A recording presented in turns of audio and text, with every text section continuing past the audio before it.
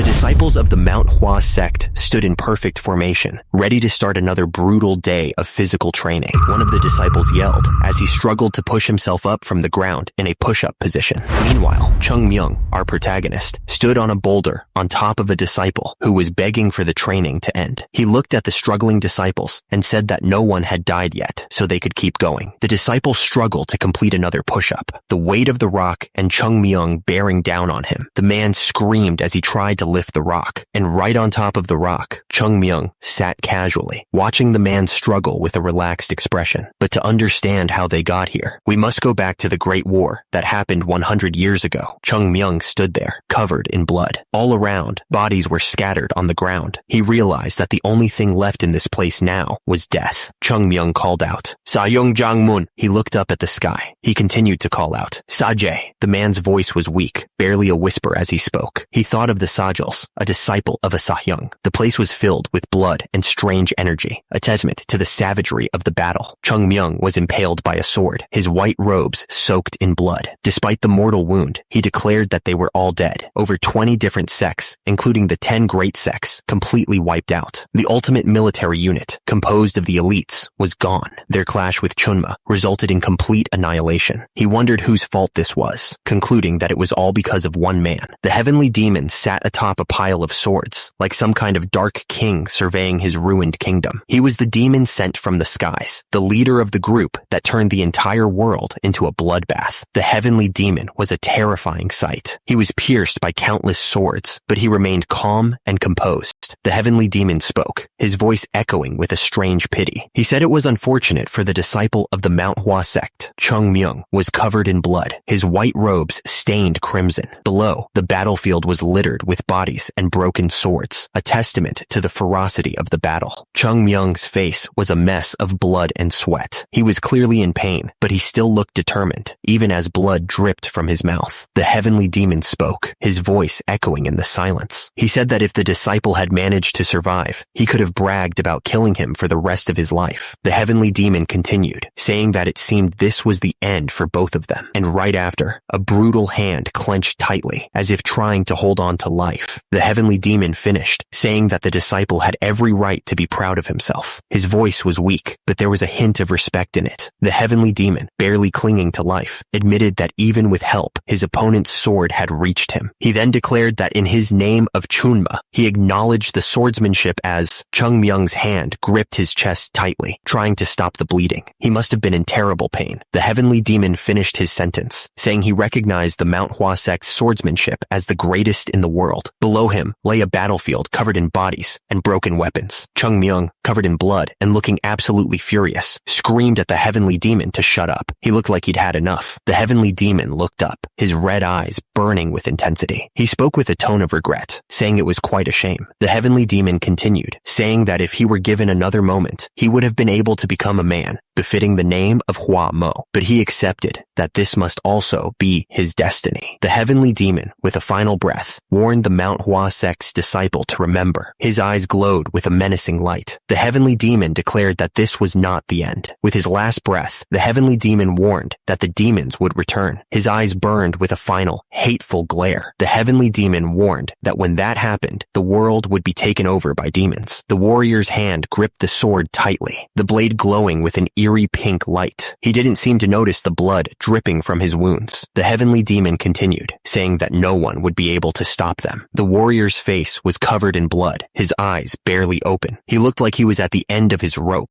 With his last breath, the heavenly demon whispered about the demons. The warrior stood amidst the destruction, his grip tightening on his sword. The heavenly demon stared forward, his red eyes burning with an eerie light. Blood ran down his face, but he didn't seem to care. And immediately, a massive explosion of pink energy erupted. The force of the blast seemed to shake the very ground. Chunma stared down with a cold expression, and immediately, a dark figure plummeted downwards, disappearing into the darkness below. Someone lay defeated defeated on the ground, unmoving. At the same time, another figure walked towards the body, their steps echoing in the silence. The scene showed a figure standing atop a mountain of corpses. The warrior seemed to be the only one left alive in the area. Chung Myung's face was covered in blood and sweat as he cried. He looked like he had been through hell and back. He stood there, gazing up at the sky, which was now glowing with an eerie light. The warrior seemed lost in his thoughts, trying to make sense of the devastation around him. He turned his head, his eyes filled with a deep sorrow. The fighter's face was streaked with blood, a grim reminder of the battle that had just ended. Chung Myung stood atop a mountain of bodies, a grim testament to the battle that had just taken place. He knew that every single member of the Manhwa sect had lost their lives in this place. Not only the members of the Manhwa sect were gone, but their followers too had been killed. The battlefield was now a graveyard. The only ones left were the powerless children, unable to defend themselves. The weight of that truth was crushing. The wind howled through the battlefield, carrying the scent of blood and the whispers of lost souls. It was a mournful song for the fallen. If only he had dedicated himself more to training, maybe he could have saved at least one more life. The thought gnawed at him, a constant reminder of his failure. Broken swords lay scattered across the ground, silent witnesses to the carnage. They were the last testament to a battle lost and a war that had ended in the worst way possible. Chung Myung lay among the dead, the bodies of his comrades surrounding him. He panted, realizing that all of this bloodshed was meaningless. Chung Myung's breath grew shallow, and he felt the life draining out of him. He thought that even a plum blossom bloom must come to an end at some point. With his last breaths, Chung Myung thought of the Manhwa sect. He wondered what would become of it now that everyone was gone. He was the 13th disciple of the great Manhwa sect, one of the 3 great swordsmen, the Plum Blossom Sword, Saint Chung Myung. After killing Chun Ma, who had brought destruction and disarray onto the world, Chung Myung's life was coming to an end. He breathed his last breath there, on top of the heavenly demon sect's mountain. The ground was covered with the bodies of the dead.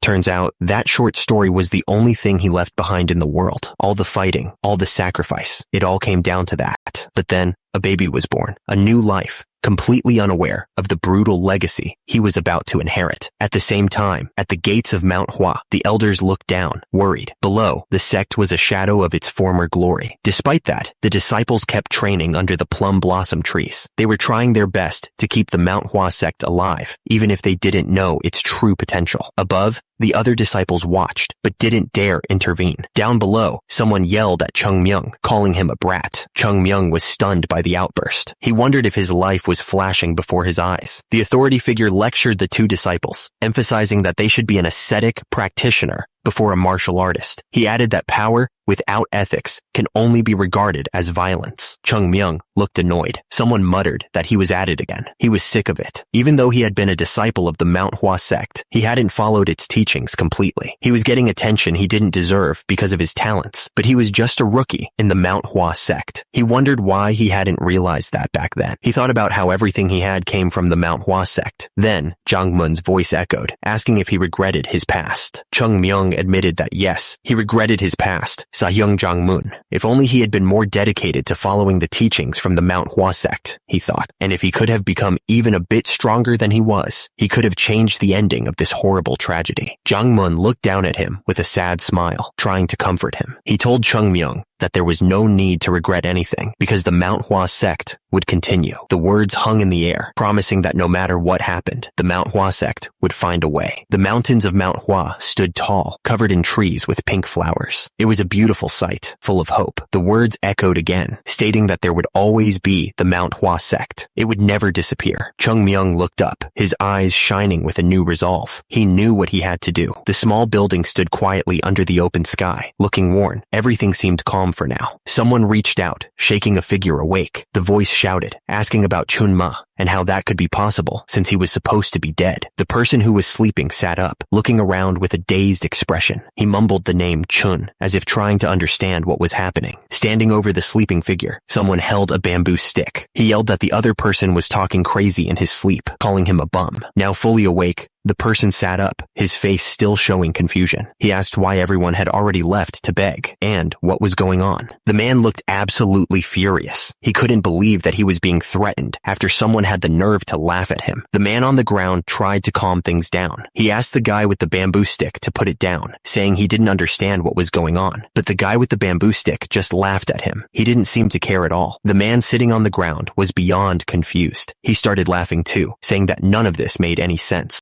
Chung Myung was getting angry. He was Chung Myung, one of the Plum Blossom Sword Saints, someone even the leader of the Beggars Union respected. And yet, this little brat was acting like this. The guy with the bamboo stick was beyond furious. He yelled that the man was dead to him, promising to teach him a lesson. And immediately, he swung his weapon down with full force. The man on the ground wasn't scared at all. He planned to block that slow swing, completely confident in his ability to defend himself. But something was very wrong. The defender's eyes went wide. He was completely confused. Looking down, the defender realized something was horribly wrong. He wondered why his arm was so short. What the hell was going on? He stared at his hand, completely shocked. He couldn't believe it was so small. It just wasn't possible. The defender realized he couldn't block the attack. His arm was too short to even reach. The attacker was beyond angry. He screamed that the other guy was a total bastard. The attacker didn't care if the defender understood or not. He was going to make sure he understood, even if it meant beating him senseless. The attacker shouted that everyone had a limit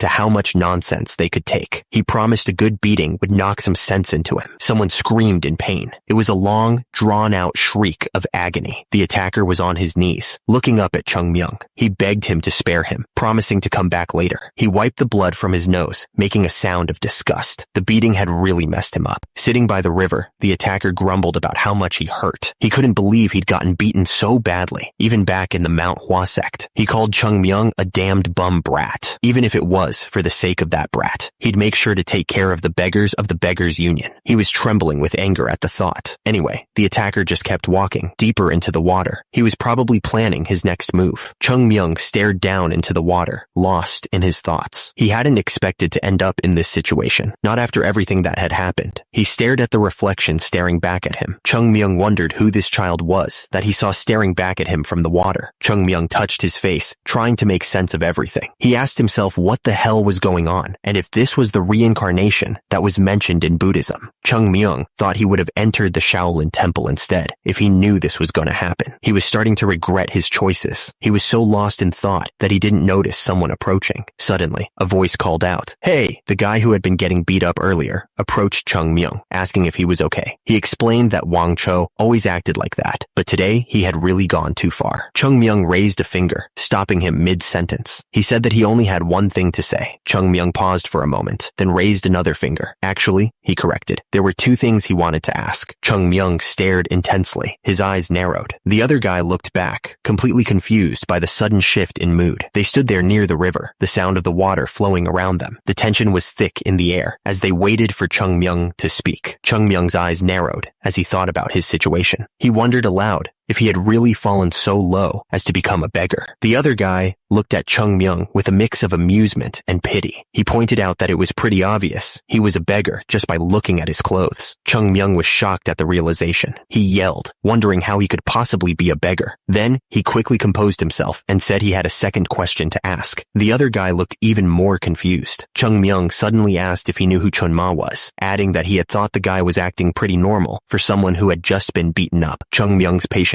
wore thin. He demanded that the other guy just answer him, calling him a bum. Then he sighed, calling him a bum again. The other guy looked up, thinking for a second. Then he said that, yeah, he knew who Chun Ma was. The other guy kept going, asking if Chun Ma wasn't the leader of the Heavenly Demon Sect. He added that Chun Ma had died 100 years ago, or so he thought. Chung Myung's face suddenly went pale, his eyes wide with disbelief. He was clearly shocked by what he had just heard. Chung Myung's eyes narrowed, his shock turning into something more intense. He couldn't believe what he was hearing. Chung Myung shouted, questioning if what the other guy said was even possible. 100 years? That's insane. Chung Myung grabbed Jongmun, his grip tight. He demanded if it had really been 100 years since Chun Ma died, repeating the question in disbelief as he asked what Jongmun was doing. Chung Myung shook Jongmun, needing to know if all of this was true. Jongmun insisted that he was telling the truth, adding that there was no reason for him to lie. Chung Myung's eye widened, his mind racing. He just let out a trying to process everything. Chung Myung said that this was insane, repeating the 100 years in his head. He couldn't believe how much time had passed. past. Chung Myung wondered why he couldn't have been brought back right after he died. He added that this was almost like Chung Myung just stood there, staring up at the sky. He thought that he had been left all alone in this world. Jungmun looked at Chung Myung with concern, asking if he was all right. Chung Myung ignored the question, wondering how things could have gone so wrong, and if the Manhwa sect was also. Chung Myung's eyes darted around, his mind trying to catch up. He just let out a confused, "Huh?" Chung Myung's voice started to rise in panic as he asked about the Manhwa sect. He demanded to know what had happened to them. Jungmun stared at Chung Myung, clearly taken aback by the outburst. He asked what was going on. Chung Myung looked at the other beggar up and down, asking if he wasn't just a beggar too. The other guy just nodded, confirming that he was, just like Chung Myung. Chung Myung's face turned red with anger as he yelled, asking how the guy could be part of the Beggars Union and not know about the Manhwa sect, one of the 10 great sects. He demanded to know if the guy even knew what he was talking about.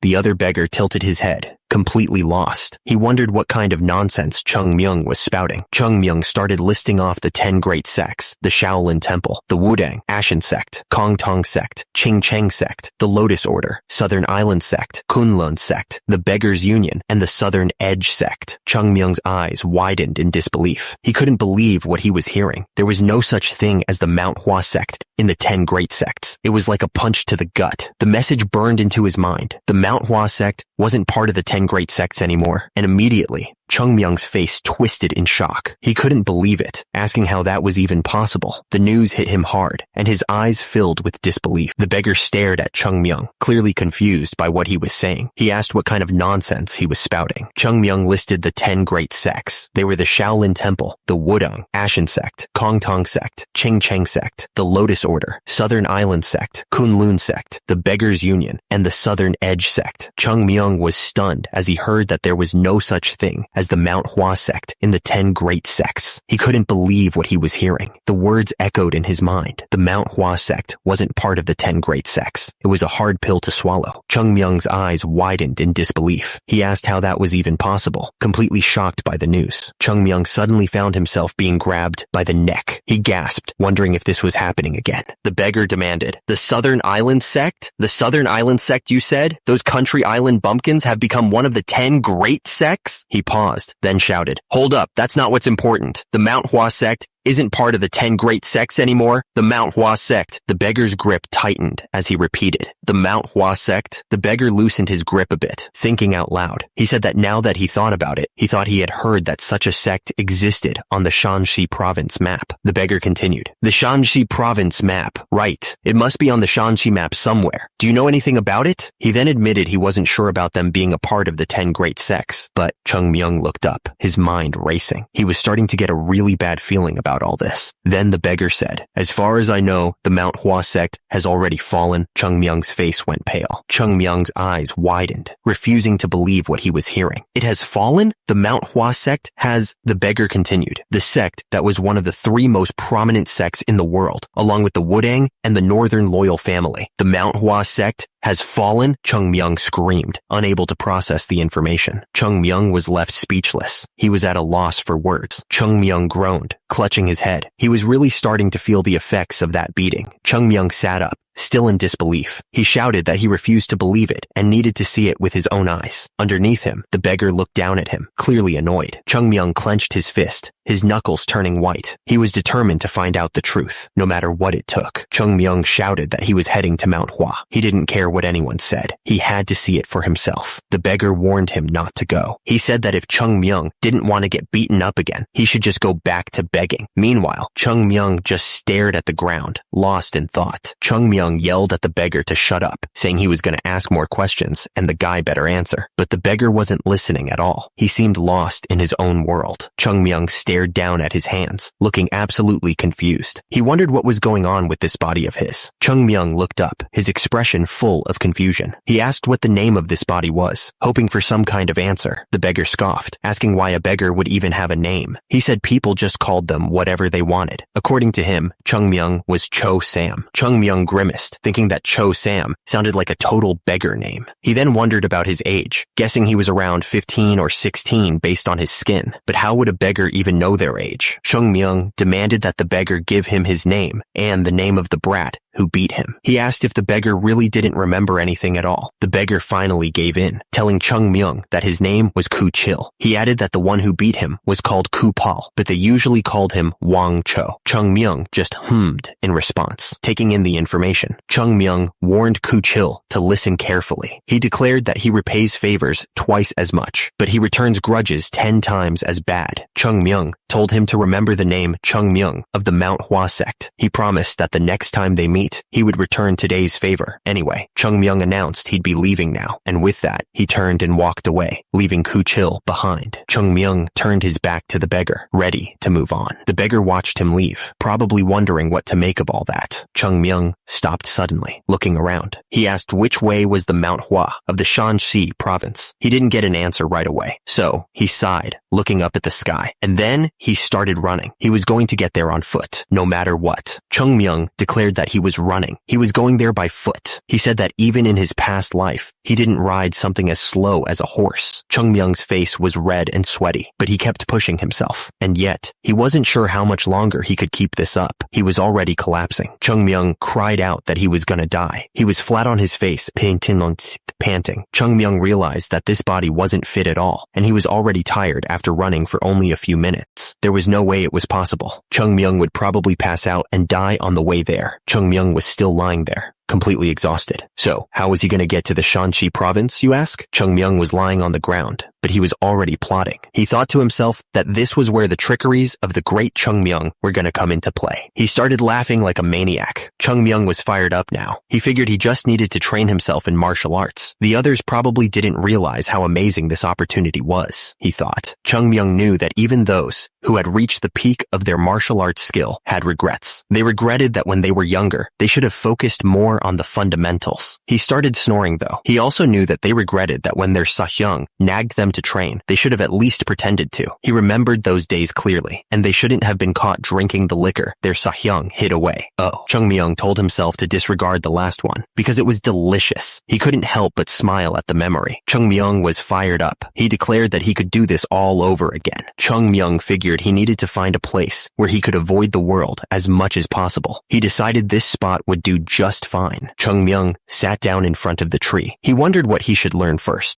The wind blew through the trees as Chung Myung thought to himself. At the same time, he knew he had countless theories of advanced martial arts techniques stored in his head, and that every martial art technique and the history of the Manhwa sect resided by his side. A leaf fell gently from a tree above. Meanwhile, Chung Myung knew tons of methods of inner chi cultivation techniques, and that if he didn't limit himself to just the techniques of the Manhwa sect, the amount he'd learn would easily multiply. Chung Myung looked up, thinking hard. Of all the martial arts techniques available, he was going to learn one first. Chung Myung paused for a moment, then finally spoke. He decided he would learn equilibrium. What kind of martial arts technique was this thing called equilibrium? At the same time, a book with the word equilibrium was shown. Turns out, it was a technique that was thrown away very cheaply in illegal street stores. As a result, someone paid a few coins for it. Chung Myung looked serious. He explained that his reason for learning this cheaply sold technique was because it wasn't a cheap technique at all. The Manhwa sect buildings stood proudly. It was explained that equilibrium was one of the beginner techniques of the Manhwa sect, taught to every new disciple who joined. The explanation continued. Equilibrium might not make you stronger, but it perfectly cleanses your body, getting rid of all the gunk. It was a fundamental technique, so there was no need to rush things. He needed to take his time. He needed to build a strong foundation. Only then could he build a tower of inner body strength. He focused on his hands as the blue energy swirled around them. This was where it all began. Chung Myung stared at his hands, carefully focusing his energy. He knew he needed to make sure to precisely cleanse the energy absorbed from his surroundings. It was almost like fixing a small misalignment in a big fabric, strand by strand. He had to be patient and precise. Chung Myung closed his eyes and focused entirely on the task at hand. He could feel the energy flowing around him,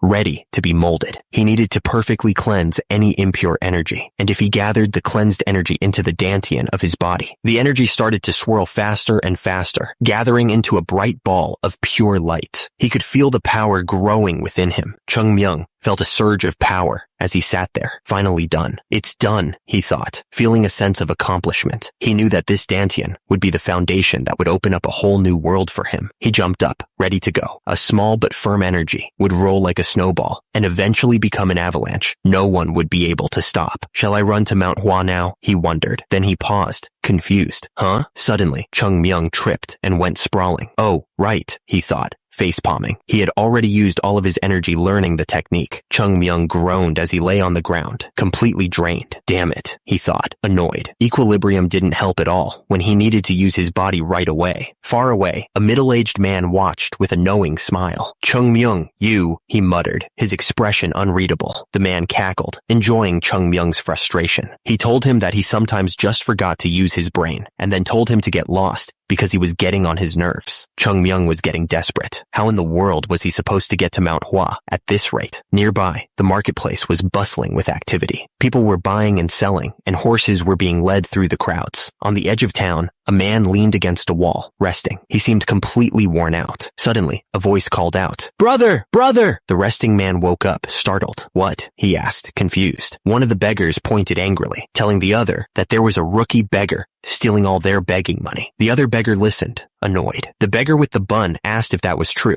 He was clearly not happy about it. The beggar with the bun decided that they needed to teach the rookie a lesson, and immediately, the two of them grinned, ready to cause some trouble. The beggar with the headband spotted Chung Myung and pointed him out. He sounded excited to get started. The two beggars approached Chung Myung, ready to confront him. At the same time, Chung Myung was still sitting on the ground, looking down. One of the beggars yelled at Chung Myung, calling him a little brat and asking if he was deaf. Chung Myung just sat there, not moving an inch. Chung Myung looked up at the beggars, asking if they were talking to him. The other beggars looked at him with annoyance. One of the beggars scoffed, asking if Chung Myung had just spoken informally to him. He figured the kid must have lost his mind so young. The beggar said he didn't know who gave Chung Myung permission to beg there, but since he was young, he'd let him go unharmed. As he said that, the beggar clenched his fist, getting ready to fight. The beggar demanded that Chung Myung leave everything he had and get out of there. But Chung Myung just stared back at him, not looking scared at all. Chung Myung was just trying to eat, but he couldn't help but think about what he had just learned. It was a lot to take in. The other beggars lost it, yelling that Chung Myung had no shame and were those trash were even stealing his food. They demanded to know who he was calling a bum, calling him a little brat. Chung Myung stood up. As a result, the beggars looked absolutely shocked by his sudden movement, realizing this kid was about to cause trouble. Chung Myung threw rocks at the beggars. Right after that, he held his arm, feeling the strain of the movement. Chung Myung muttered that his dantian wasn't perfect yet, but he figured what he just did would be enough for now. Chung Myung told them that he had already gotten used to this body. He said this was pretty bothersome, so they could all come at him at once. The man responded that Chung Myung was weak and couldn't hit very hard. He hoped Chung Myung didn't mind being beaten a little and called him a brat. The man ordered them to go kill him. The others responded, saying yes sir, and charged forward. The attacker immediately threw a punch, aiming to take Chung Myung down fast. Chung Myung took the punch right to the face, staggering slightly from the hit. Chung Myung didn't waste any time. He punched the attacker right in the face, and the sound of the impact echoed through the air. The attacker went down hard. The other guys just stood there, stunned as their buddy crashed to the ground. Chung Myung stood over the fallen man, taking a deep breath. He declared, "I am," Chung Myung shouted, his voice filled with pride, "the Plum Blossom Sword, saint of the great Manhwa Sect." Chung Myung's face was red with anger as he pointed at the others. "You damned bums!" The three men kneeled on the ground, looking nervous. One of them spoke up, apologizing to the guy who'd just beaten them up. Chung Myung looked at the guy, confused. He asked why they were calling a beggar chief. He was starting to wonder what was going on. The man waved his hands, apologizing again. He didn't mean to call Chung Myung a beggar, but it just came out that way. Chung Myung paused, gathering his thoughts. He was about to ask a question, hoping these guys could help him out. Chung Myung asked if any of them knew the fastest way to get to the Shanxi province. He needed to get there as soon as possible. The beggar laughed, finding the question ridiculous. He asked why they'd be living as beggars if they knew the fastest way to get around. The beggars kept laughing, finding humor in Chung Myung's ignorance. Meanwhile, Chung Myung was starting to think he'd asked the wrong people. Chung Myung chuckled, realizing he was barking up the wrong tree. He figured he should try another approach. The beggars kept laughing, not suspecting anything. But at that moment, Chung Myung grabbed one of them by the collar, looking serious. Chung Myung leaned in close, his voice turning cold. He warned the beggar that they might meet again, hinting at something bad. Chung Myung got right up in the beggar's face, looking absolutely furious. He warned that if he asked about something, the guy better have an answer if he didn't want to die. Chung Myung yelled at them to get lost if they understood what he meant. The beggars didn't need to be told twice. They scrambled away as fast as they could, agreeing with him. Far from the chaos by the river, the mountains stood tall and silent. The trees swayed gently in the breeze. High up in the Manhwa Sect, Hyunjong stood by the window, looking thoughtful, and then he spoke, addressing someone outside, calling himself the sect leader. Hyunjong announced that this was Un-am and gave permission for them to enter. At that moment, the door creaked open. The messenger stood in the doorway, looking a little unsure. He reported that a child was asking to meet with him, but that it wasn't important. Hyunjong seemed surprised by the news. He asked who this child could be, and immediately, a young boy appeared, doing some kind of hand sign. Chung Myung grinned, looking up at Hyunjong. He introduced himself as Chung Myung and announced that he wanted to join the Manhwa Sect. Hyunjong stroked his beard, considering the boy's request. He asked if he was serious about wanting to enter the Manhwa Sect. Un-am stepped forward, looking nervous. He admitted to Hyunjong that he had told him they weren't accepting anyone into the sect anymore, but that Chung Myung was desperate to meet him, so he brought him there anyway. Hyunjong and Un-am exchanged glances, unsure what to make of the situation. The room fell silent as they both stared at the kid, who was still holding that weird hand sign. From the outside, Chung Myung seemed to be smiling innocently, but that expression was hiding something. Turns out, Chung Myung was actually very irritated. To find out why, we're gonna have to go back a few moments. The walking stick sunk into the dirt. It was clear he had been walking for a long time, and the journey had taken its toll. Chung Myung was crying, tears streaming down his face. He finally made it,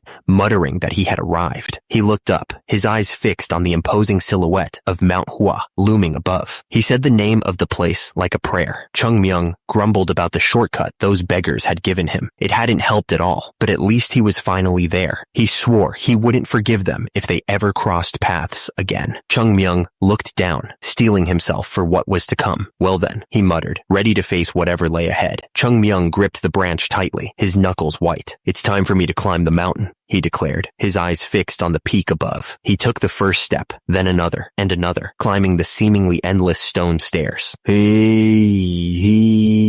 grunted with each step, his breath coming in short bursts. His feet pounded against the rough ground with each step, the climb relentless, and immediately he was panting, sweat dripping down his face as he struggled to catch his breath. He grit his teeth, pushing through the pain and exhaustion. I'll climb like my life depends on it, he vowed, his voice strained but resolute. His hand gripped the rough rock, searching for a hold. As a result, small rocks tumbled down the mountainside as he pulled himself up, inching closer to his goal. Chung Myung continued his climb, his movements causing rocks to break loose and tumble down the steep mountainside. The higher he climbed, the more treacherous the path became. He was bruised and battered, but Chung Myung refused to give up. He thought that anything was possible if he was tenacious enough. He dug his fingers into the rough rock, pulling himself higher. The climb was relentless, but he wouldn't stop. Chung Myung shouted, his voice echoing through the mountains, declaring that he would climb Mount Hua. Nothing would stop him. Finally, Chung Myung reached the top, standing tall against the backdrop of the setting sun. He had made it, and he was ready for what came next. Chung Myung was breathing hard, trying to catch his breath. He managed to get out a weak, whoa. He looked around, eyes wide with panic. Where did it go? Chung Myung's gaze went up to where the Mount Hua Sect's sign should have been, but it wasn't there. Chung Myung grabbed his head, his voice rising in disbelief. The thing Young Jung-mun cleaned every morning. Squeak, squeak. Where did that thing go? Chung Myung was losing it. He shouted that he was going to go crazy right there. Someone inside called out, wanting to know who was there, and right then, the door slid open, revealing Chung Myung standing outside. The man peered out, looking surprised. He wondered if it was just a kid. The man asked if Chung Myung had come there alone,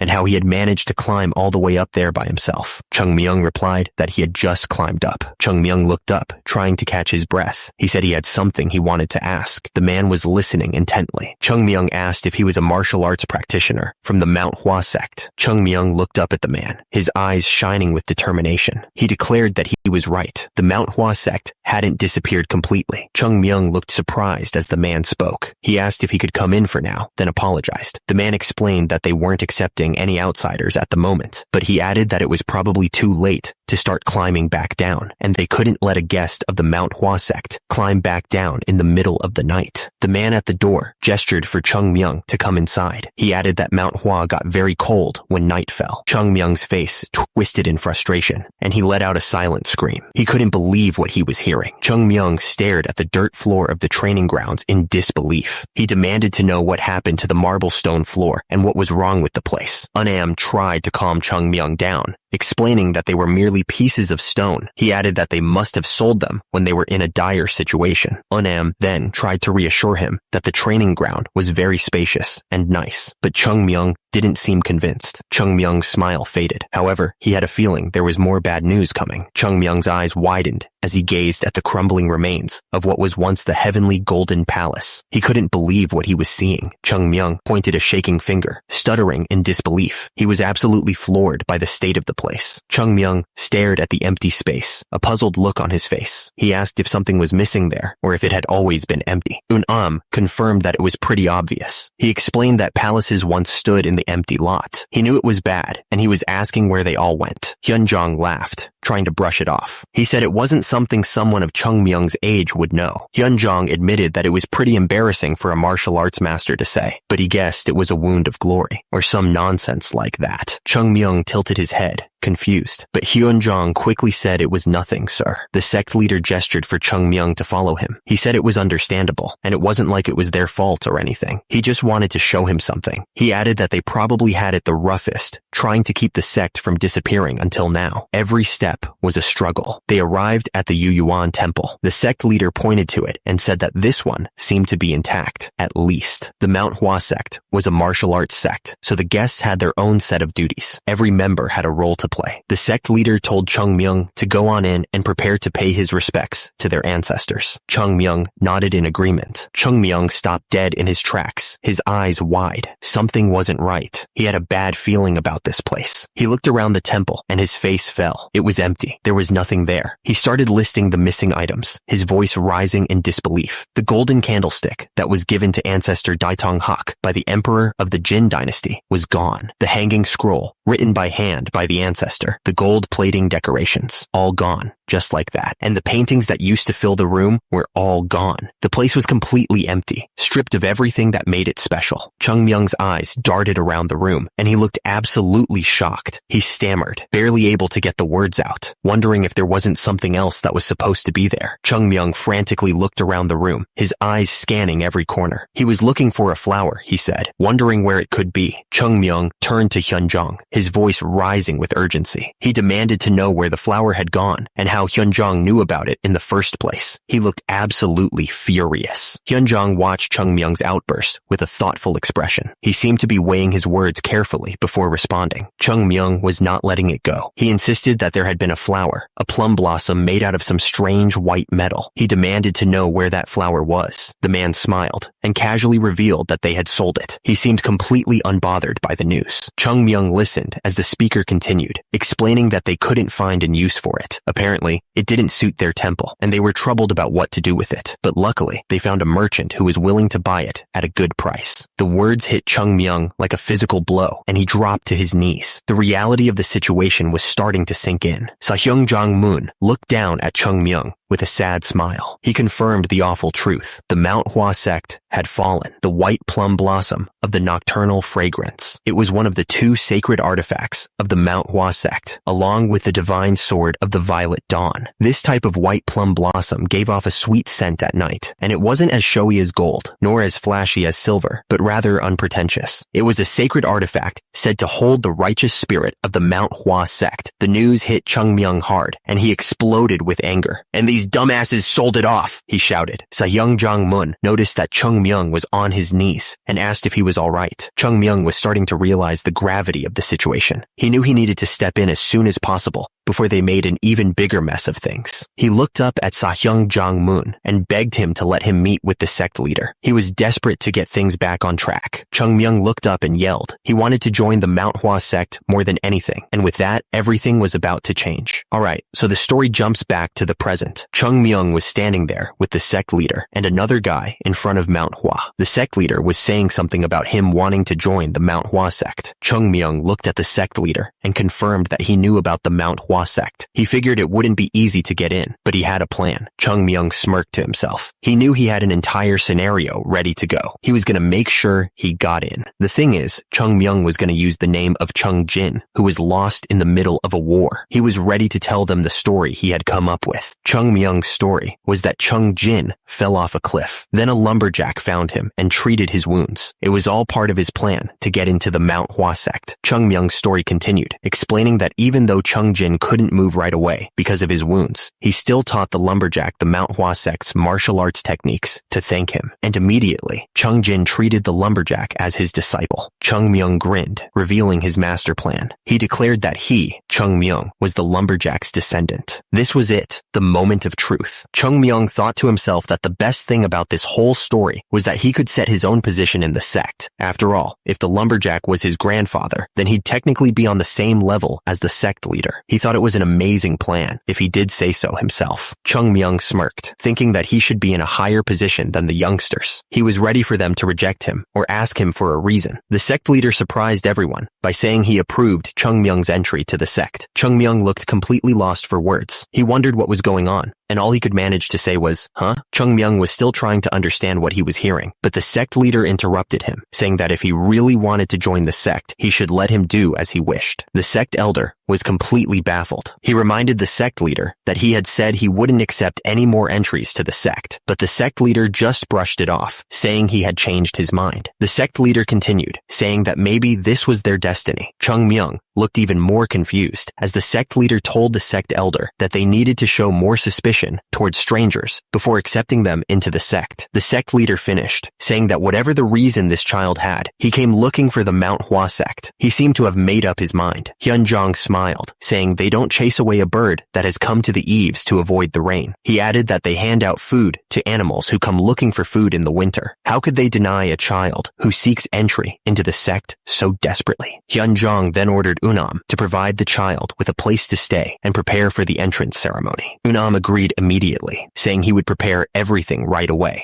Chung Myung looked absolutely stunned. He couldn't believe what he was hearing, and all he could manage was a disbelieving no. Someone started screaming about how their position was gonna be affected. They were plummeting downwards, looking terrified. The emblem of the Manhwa sect, a plum blossom, was displayed prominently. The sect was about to change forever. Chung Myung sighed, thinking he was gonna have to wear a third-rank disciple's clothing. He wondered what was happening with his life. Anyway, Chung Myung wondered what this place was. He thought he remembered this place being used as a guest room. It was strange to Chung Myung that this was a temporary place to stay for those scheduled to enter the sect. The Manhwa sect originally didn't have private boarding rooms. Those who newly joined the sect immediately formed a bonding contract with their teacher and stayed in their teacher's rooms. So, it meant that there were people staying in these rooms. Chung Myung paused, looking at the open door. Suddenly, a voice came from behind the door. Someone was asking who was there, clearly annoyed by the intrusion. The person's eyes narrowed, filled with suspicion. They were clearly listening intently, trying to figure out who was on the other side of the door. The door was flung open, and the intruder demanded to know who was peeking into their room. They accused them of being a thief, looking absolutely furious. The other disciples looked around, completely confused by the sudden outburst. They started asking what was going on and what all the noise was about. Gul was furious, yelling that the peeking brat had invaded his room. He asked why he had to go through such hardships. Suddenly, a loud voice boomed through the room, demanding silence. The person wanted to know what all the ruckus was about. The guy went on, saying it was still time for training, yet they were all causing trouble in the boarding house. He looked absolutely pissed. Immediately, the group bowed their heads, sincerely apologizing to Great Sasuk. They knew they had messed up. The guy asked who he was. Chung Myung told him that his name was Chung Myung.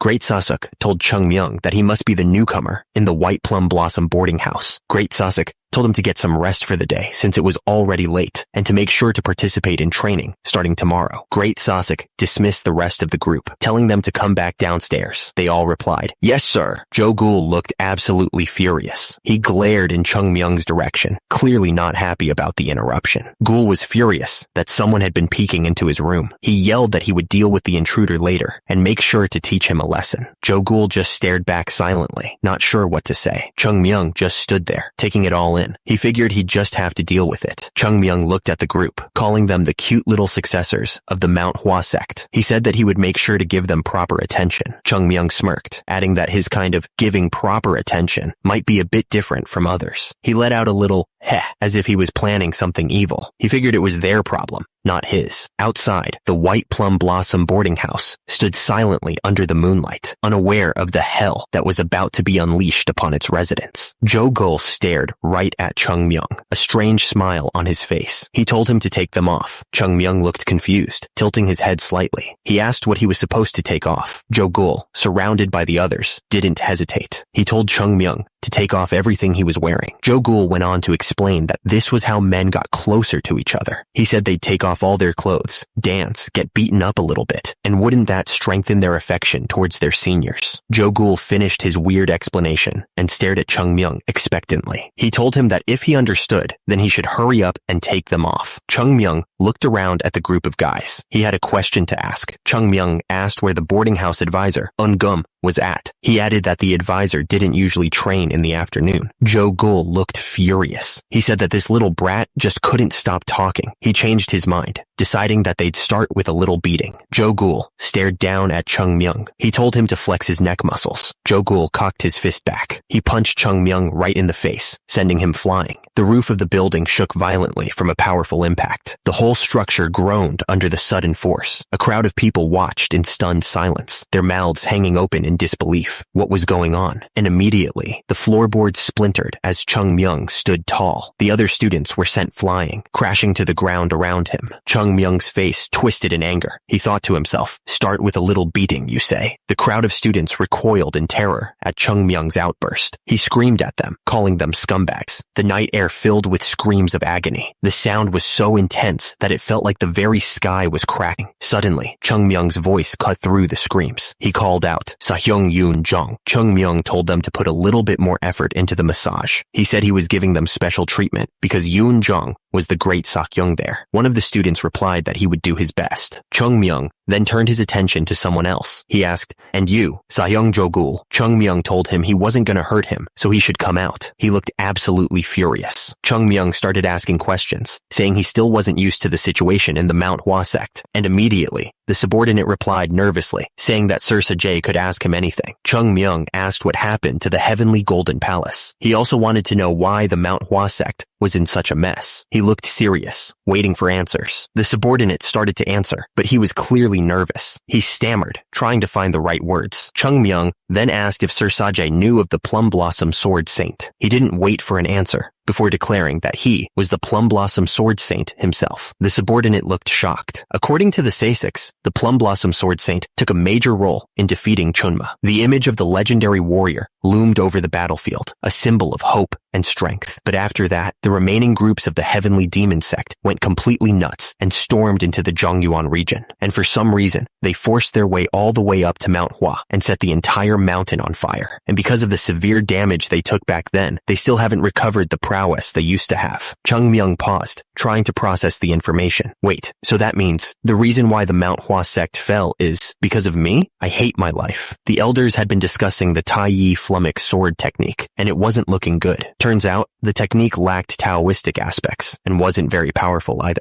Gul didn't think it would be a problem to remove the technique from the Manhwa sect. He then asked Sajay what he thought about it. Sajay agreed, saying it certainly wasn't a sword technique that could be of any good use. He figured they should probably just throw it away, even though it was left behind by their ancestors. Another man suggested that, in order to prevent the children from taking an interest in it, they should just remove it from the library. That sounded like a good idea to everyone. They decided to do as he said and get rid of the technique. The conversation took a turn. Down below, Chung Myung was stuffing his face when he heard someone calling his name. On a different note, Chung Myung. Hyunjong looked at him, his expression serious. He said he hadn't called him there just to talk about about the sword technique. Hyunjong thought it was about time for Chung Myung to take in some disciples himself. It was a big step. Hyunjong then asked Chung Myung how he thought he should teach his disciples. It was a test of sorts. Hyunjong waited patiently for Chung Myung's answer. The air was thick with anticipation. Sahyungjong Mun looked at Chung Myung, trying to figure out what he was thinking. He asked what there was to think so hard about. Chung Myung didn't even look up from his food as he answered. He said he'd just beat them up first. Once he beat them to the brink of death, they'd make even the impossible happen. The room went silent after that. You could almost hear the cherry blossoms falling outside. And after that, Sahyungjong Mun never brought up the topic of Chung Myung taking in disciples ever again. It was probably for the best. Suddenly, someone called out for their Sir Sajay. It seemed like something was about to happen. Chung Myung was just starting to get comfortable when someone interrupted him. The subordinate stammered, telling him not to address him so formally. Sa-young. He corrected himself, calling him Sir Sajay, and then just Sajay. The subordinate explained that UN Gum, the boarding house advisor, had called him to the training grounds. He added that Chung Myung would also be participating in training starting that day. The training grounds were set. UN Gum stood on a raised platform overlooking the trainees, who were lined up in neat rows, waiting for his command. UN Gum's voice boomed across the training grounds. He yelled for everyone to prepare their blades. The trainees responded instantly. They drew their swords in unison, ready to begin their training. UN Gum roared at everyone to swing their blades. His voice was so loud, it felt like it shook the whole training ground. You could see the determination on the trainee's face as he prepared to follow the order. The trainees all swung their wooden swords together, yelling as they practiced. The sound of the blades cutting through the air filled the training grounds. Chung Myung watched the trainees with a strange look on his face. Beside him, UN Gum observed the training, waiting to see how the new recruits would perform. Chung Myung tilted his head, looking confused. He was starting to wonder what kind of training this actually was. Chung Myung watched as another trainee swung his sword, yelling something about hat. He couldn't help but ask what kind of sword technique this was supposed to be. UN Gum explained that the sword technique his Sahyungs were training with was called the equilibrium sword technique. It was the foundation for all other techniques of the Manhwa Sect, he added. One of the trainees practiced the sword technique. The wooden sword sliced through the air. Chung Myung looked absolutely shocked. He couldn't believe that was Manhwa's fundamental sword technique. What the hell are these dumbasses doing? He wondered. Chung Myung realized this training was doing nothing but hindering the children from getting stronger. It was actually making them weaker. Chung Myung thought this was like teaching them the alphabet using a complicated thesis book. The trainees continued to swing their swords, unaware of how bad their training was. The trainees continued to train, but Chung Myung knew that doing this might get them ahead for a short amount of time. A very short amount of time, that is. He wondered what good technique without proper fundamentals would bring them. It was like building a house on sand. Chung Myung thought that if they were doing it this way, they needed to at least try to teach them properly. Otherwise, this was just a waste of time.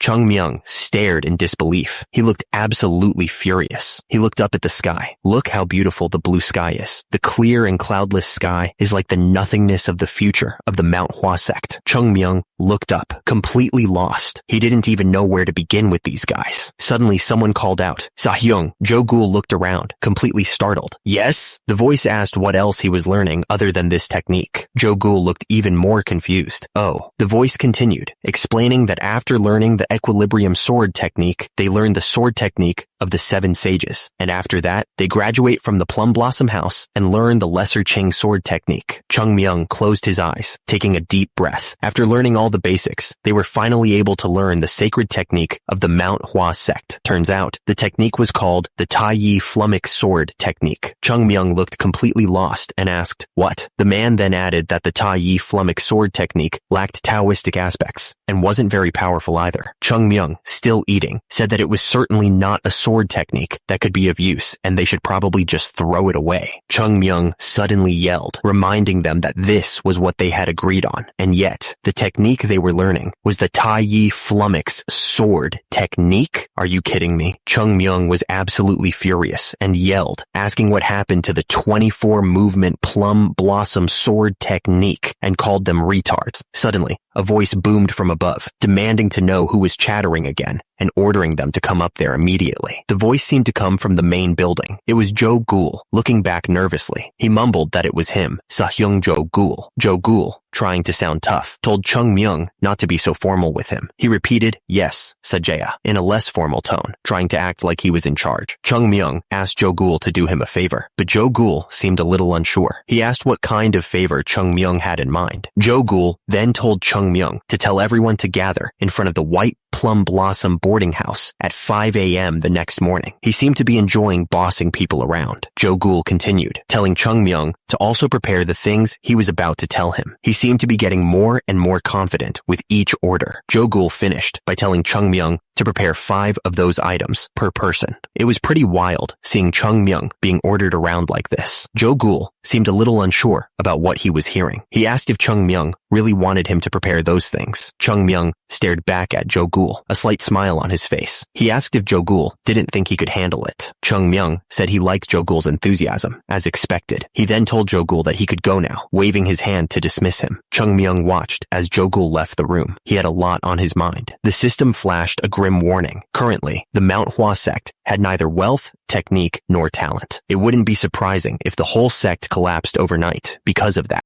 Chung Myung thought to himself that out of all the things he could control, talent was one of them. He knew that the current third-class disciples didn't seem very talented, but Chung Myung continued walking, thinking that they did say 1,000-mile journey starts with a single step. He was ready to take that step. Chung Myung looked up, his eyes firm. He decided that bringing up these untalented Sayungs would be his first step. Outside the White Plum Blossom boarding house, the disciples were already gathering. They had no idea what was coming. One of the disciples yawned, clearly annoyed. He wondered what kind of Sajay made their Sayungs come and go as they wished. One of the disciples raised his voice, asking if the others agreed with him. He added that they probably weren't even in the boarding house last night. Chung Myung's voice cut through the air. He asked if he was the Sajay they were talking about. Chung Myung stood there, staring down the group. The air crackled with tension as everyone waited to see what he would do next. One of the disciples yelled at Chung Myung, asking if he didn't learn to respect his seniors. As a result, the other disciples braced themselves, waiting for Chung Myung to react. Chung Myung just stared at the disciple, his expression unreadable. He was thinking something over, but no one could guess what it was. Chung Myung's face suddenly lit up with a wide, innocent smile. He exclaimed, "Oh my Sayungs." Chung Myung bowed deeply, his voice dripping with fake sincerity. He went on, saying he was really sorry and that he must have been lacking in his understanding of his Sayungs. Chung Myung gestured towards the boarding house, his eyes gleaming. He suggested that as an apology, they should all have a little chat inside. Chung Myung put his arms around the disciples. He said, "All right now, let's head inside." The door slammed shut with a loud bang. The sound echoed through to the boarding house, cutting off the outside world. The disciples stood outside the White Plum Blossom boarding house, unaware of what was about to happen. At the same time, inside the boarding house, the disciples looked around, confused by the sudden commotion. The boarding house started to shake violently. It was clear that whatever was happening inside was putting a lot of stress on the building. The boarding house building was starting to shake, just slightly at first. At the same time, one of the disciples looked up, his eyes wide with shock as he realized what was happening. The shaking got worse. The whole building felt like it was about to fall apart. Suddenly, the doors of the boarding house burst open, and the disciples went flying out like they were shot from a cannon. They were all screaming. Ghoul turned to the other disciples, trying to keep things under control. He told them to be quiet, or else they'd wake the great Sasuk. Someone stepped forward, the sound of their boots echoing slightly in the quiet morning. It was time to get started. Ghoul grinned, his eyes shining with excitement. He announced that every morning at this time, they'd all be training together, addressing them as his Sayungs. The sun peeked over the mountains, painting the sky with the colors of a new day. It was going to be a tough one. Inside the building, someone was listening to the commotion outside. He wondered what all the noise was about. Ghoul frowned, realizing that no one had come to give their morning greetings. He sighed, assuming it meant everyone in the White Plum Blossom boarding house was still asleep. Ghoul started walking, his footsteps echoing in the quiet building. It suddenly hit him. There was a newcomer in the house. Ghoul figured they must still be asleep,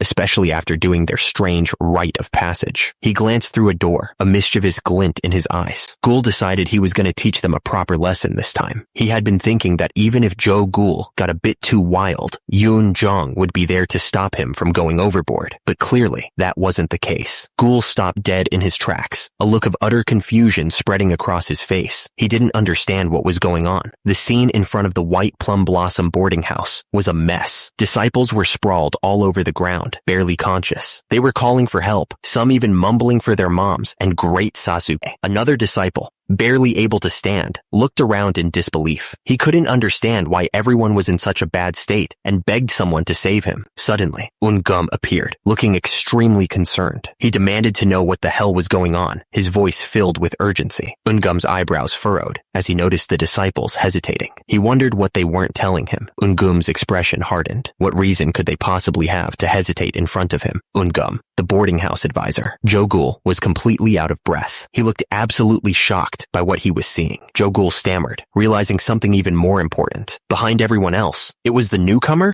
Chungmyung's hands gripped the wooden pole tightly. The muscles in his arms were straining with the effort. Chungmyung staggered under the weight, his breath coming in ragged gasps. He was pushing himself to the limit. Chungmyung's face was contorted with effort, sweat pouring down his forehead, and right below, his legs trembled, barely holding him up under the immense weight. The rock fell from above, picking up speed as it hurtled towards the ground. The sound of its descent echoed through the air. Chungmyung struggled under the immense weight of the rocks, his muscles screaming in protest. He grit his teeth and counted. Chungmyung was at his limit, sweat dripping from every pore. He was pushing himself harder than anyone I'd ever seen. Someone called out, "Oh, great Sasuke!" And right below, another man looked down, thinking, "This kid." The voice continued, explaining that Sasuke was so worn out that his legs were shaking, and that was easy to see. His legs were trembling under the weight. The guy yelled for someone to bring Sasuke some water, right now. But then he immediately dismissed the idea, saying that wasn't necessary. After Sasuke gulped down the water, the man asked him to speak now that he'd quenched his thirst. What in the world just happened here? One of the disciples cried out, begging someone to save him from this nightmare. Chungmyung just smiled, saying it was nothing much. Chungmyung explained that it was just a little morning exercise they decided to do together. Since it was the first day, everyone must have been hyped up and pushed themselves a little too much. The man looked absolutely shocked, asking if they were really that hyped up. Chungmyung just turned around and walked away, leaving the man speechless. He didn't seem to care about the mess he'd caused. What was going on here? The man wondered why they were acting so scared of the kid. The man scoffed, asking if they really called themselves disciples of the Manhwa Sect, and yet they were scared of a mere newcomer. The observer thought he should probably give the newcomer a warning. The man confronted Chungmyung, asking how he dared. The White Plum Blossom boarding house had its own set of regulations. Meanwhile, Chungmyung just stood there, listening. The man yelled, asking who told him that he could sacrifice sleep time for training. He stared down at Chungmyung, waiting for an answer. Chungmyung suddenly said he'd stop. Then he looked up, confused. The man looked at Chungmyung, clearly not expecting that. He was probably wondering what was going on. The man's face turned red with anger. He decided to focus on the fact that Chungmyung had threatened his Sayungs. Chungmyung just smirked, seemingly enjoying the situation. He looked like he was up to something. The man hesitated, then said he couldn't do that. It would make everyone look like an idiot. The man thought that the third-class disciples were already idiots for letting a newcomer pressure them into training. He'd be the biggest idiot of all if he actually taught those idiots anything. Suddenly, the man paused, thinking about something. He spoke one phrase, 1 month. The man looked at Chungmyung and asked him to give them 1 month, calling him Great Sasuke. He seemed determined to prove something. Chungmyung smiled, full of confidence. He said he'd make sure to bring results within a month, no matter what it took. The man watched his Sahyungs training hard. He highly regarded their determination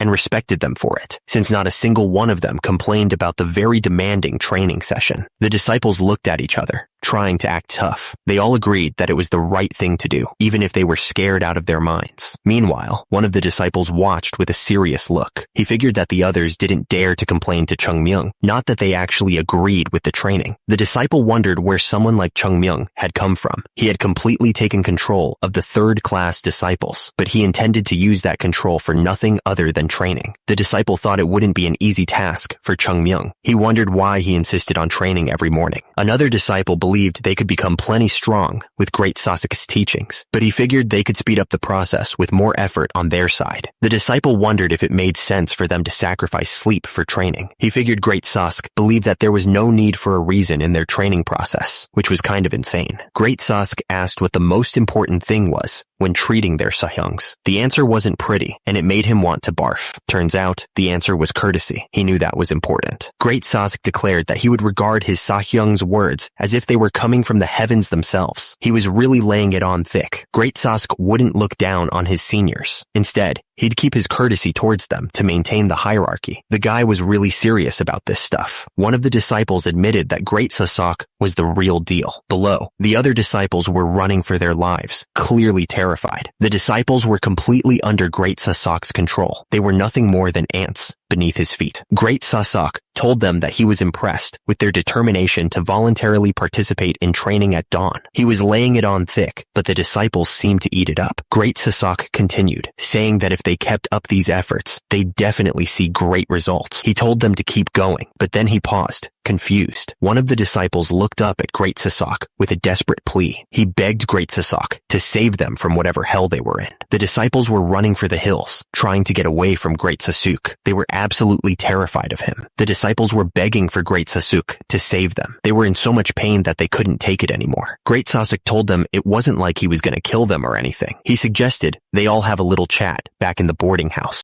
The disciples looked absolutely shocked. They didn't know what to expect from Great Sasuke, but it probably wasn't going to be good. My dear Sakyungs, a few days passed by. Chungmyung sat cross-legged, completely still. A blue glow surrounded him as he focused his energy. He could feel his dantian, still small and weak, but at least it was starting to settle. It was progress, even if it was slow. While he was doing that, Chungmyung thought about what he'd learned about the Manhwa sect. Firstly, there was the White Plum Blossom boarding house. As he expected, it was basically a private dormitory. The boarding house had been thrown together in a hurry because there weren't enough people to form proper master-disciple contracts. Secondly, there was the sect leader and the Yun pedigree. Putting aside their personalities, they were weak. Their strength couldn't even be compared to the Manhwa sect from 100 years ago. Because their masters were so weak, the disciples were weak too. And on top of that, most of the third-class disciples had only joined the Manhwa sect to make friends. But Chungmyung was still focused and glowing with energy. He wondered why any of this would even matter. He knew that things were going to change now that he was here. After all, the great Chungmyung was back. Chungmyung tapped his foot impatiently against the floor. He was ready to get started. He looked up, his eyes full of determination. Becoming the strongest sect wasn't just a dream. It was going to happen. After that crazy training, the disciples tried to eat. They were all sitting at the tables in the dining hall, but they were so tired that even holding chopsticks was a challenge. The chopsticks trembled, unable to grip the food properly, and as a result, the poor vegetables slipped right off and fell back onto the plate. One of the disciples groaned, complaining that they shouldn't have to train so hard, that they couldn't even eat. He was clearly not happy about any of this. Another disciple shouted, begging Sahyung Jogul to say something to Chungmyung. He hadn't been able to use chopsticks for days, and it was driving him nuts. Jogul looked over at them, clearly annoyed. He told them they were talking too much, wondering what their problem even was. Someone started tapping their fingers on the table. They were clearly getting impatient, waiting for an answer. Jogul looked absolutely furious. He yelled, asking if they thought their Sahyung was their errand boy. The other disciples sat there, stunned by Jogul's outburst. He continued, asking why they didn't just go talk to Chungmyung themselves, since it wasn't like he was avoiding them or anything. Jogul lowered his head, trying to calm himself down. He knew he shouldn't have lost his temper like that. Yoonjong spoke up, asking if great Sahyung Sasuke could spare a bit of his time. He looked determined to get an answer. Sasuke agreed to speak with Jogul. The White Plum Blossom boarding house stood silently, as if waiting for what would happen next. They walked together through the garden, the cherry blossom trees providing a bit of shade. The air was calm, but the silence was heavy with unspoken questions. Sasuke turned to the disciple and commented that he looked refreshed. There was something strange in his tone, like he already knew what was coming. One of the disciples simply said, Sahyung, acknowledging Sasuke's comment. He seemed nervous, like he was trying to avoid the real topic. Sasuke asked what he thought of the Manhwa sect. The disciple hesitated, saying that it was a difficult question to answer. He was clearly choosing his words carefully. Jogul admitted that it would all be over for him once he decided to return to his hometown. But he turned to Sasuke, pointing out that he was planning to spend his entire life in Manhwa. Sasuke agreed with Jogul's assessment. Far below, the two disciples could be seen standing in the garden. Jogul confessed that he really thought the Manhwa sect was done for. He looked serious, like he was carrying a heavy weight. Sasek told him not to be so disrespectful. That wasn't something he should say so easily, he scolded. But Jogul declared that he had changed his mind. His eyes showed a new determination. Chung Myung, after he came here, things really started to change. It was like a switch had been flipped. Jogul admitted that even though they had been forced into it, he realized after the morning training sessions that he had never pushed himself this hard before. He was sweating like crazy, but he knew it was working. Sasek pointed out that Chung Myung didn't even seem tired, even though he was training way more intensely than everyone else. It was like he was built different. Jogul admitted that he wanted to try his best after seeing Chung Myung push himself like that. It was inspiring, even if it was also a little scary. The only sound was the soft shuffle of feet moving across the training grounds. The disciples were all pushing themselves harder than ever before, driven by Chung Myung's example. Yoon Jung stood there, listening to the other disciple. The air was still. The only sound was the wind rustling through the trees. Jogul grinned, his eyes shining with determination. He declared that he wanted to try his best to become a master who could lead the whole world. Yoon Jong smiled softly, a hint of amusement in his eyes. He seemed to find Jogul's declaration amusing. Yoon Jong nodded, agreeing with Jogul. He told him that he shared his thoughts. Up in the tree, Chung Myung watched them. He seemed satisfied with how things were progressing. Chung Myung was laying in the tree, relaxing. He muttered that he had already convinced 2 people. Chung Myung thought that Eungum was also pretty easy to convince, but he knew that he still had a long way to go. Chung Myung was still up in the tree. He yelled for the sect leader to come out. Chung Myung looked confused. He didn't seem to expect what was about to happen. Someone was outside the building, banging on the doors. They demanded that the doors be opened immediately. A group of angry men stormed towards the building. They shouted for the sect leader to come out right away. The men were not backing down. One of them, holding a torch, demanded they get inside. He shouted, asking where the sect leader was hiding. The intruders pushed past the disciples, not caring who they shoved aside. One of the disciples tried to stop them, but they just yelled at him, asking if he had just touched them. Up in the tree, Chung Myung watched the chaos unfold below. He was surprised that they had actually broken through the gate of the Manhwa sect. He wondered what the hell was going on. The men continued to push forward, ignoring the disciples' protests. They yelled that they had waited long enough and couldn't afford to wait any longer. The attacker screamed, demanding to know when they would get their money back. He kept yelling, asking if they were going to pay them back at all. The air hung heavy with the unspoken question. Could the Manhwa sect really be in debt? It was a ridiculous thought. The sky seemed to darken as the words echoed. Could they really be in debt in this situation? The thought was terrifying. The mob outside the building was getting angrier. They screamed at the sect leader, demanding if he had no shame. They told him to stop running away and come out at once. The mob kept yelling for the sect leader, their voices echoing through the building. All that could be seen was the sect leader's feet, hidden behind the closed door. Outside, the angry men stood with their torches, waiting impatiently. Their faces were grim, lit by the flickering flames, as they waited for the sect leader to appear. Suddenly, Chung Myung's voice cut through the air, asking what brought them here so late at night. He stood above them, looking down with a cold stare. There's no doubt about it, he thought to himself. That man was indeed the sect leader of the Manhwa sect. Chung Myung's eyes narrowed, ready to deal with whatever came next. The sect leader stood there, radiating a sophisticated aura with every move and word. It was as if he was trying to act cool, but everyone knew he was just putting on a show. The sect leader was trying to act cool, but everyone knew he was just putting on a show. The sect leader was trying to act cool, but everyone knew he was just putting on a show. He was clearly trying way too hard. Someone from the crowd spoke up, asking the sect leader how he had been. The sect leader didn't seem too pleased to see them. The sect leader replied that he hadn't expected the pavilion owner Kong to come himself. Kong chuckled, saying he felt uneasy having to visit for something like this. Pavilion owner Kong started to explain that he didn't want to climb Mount Hua again if he could avoid it, but he added that many people had been asking him to come there, so he hoped that the sect leader would understand.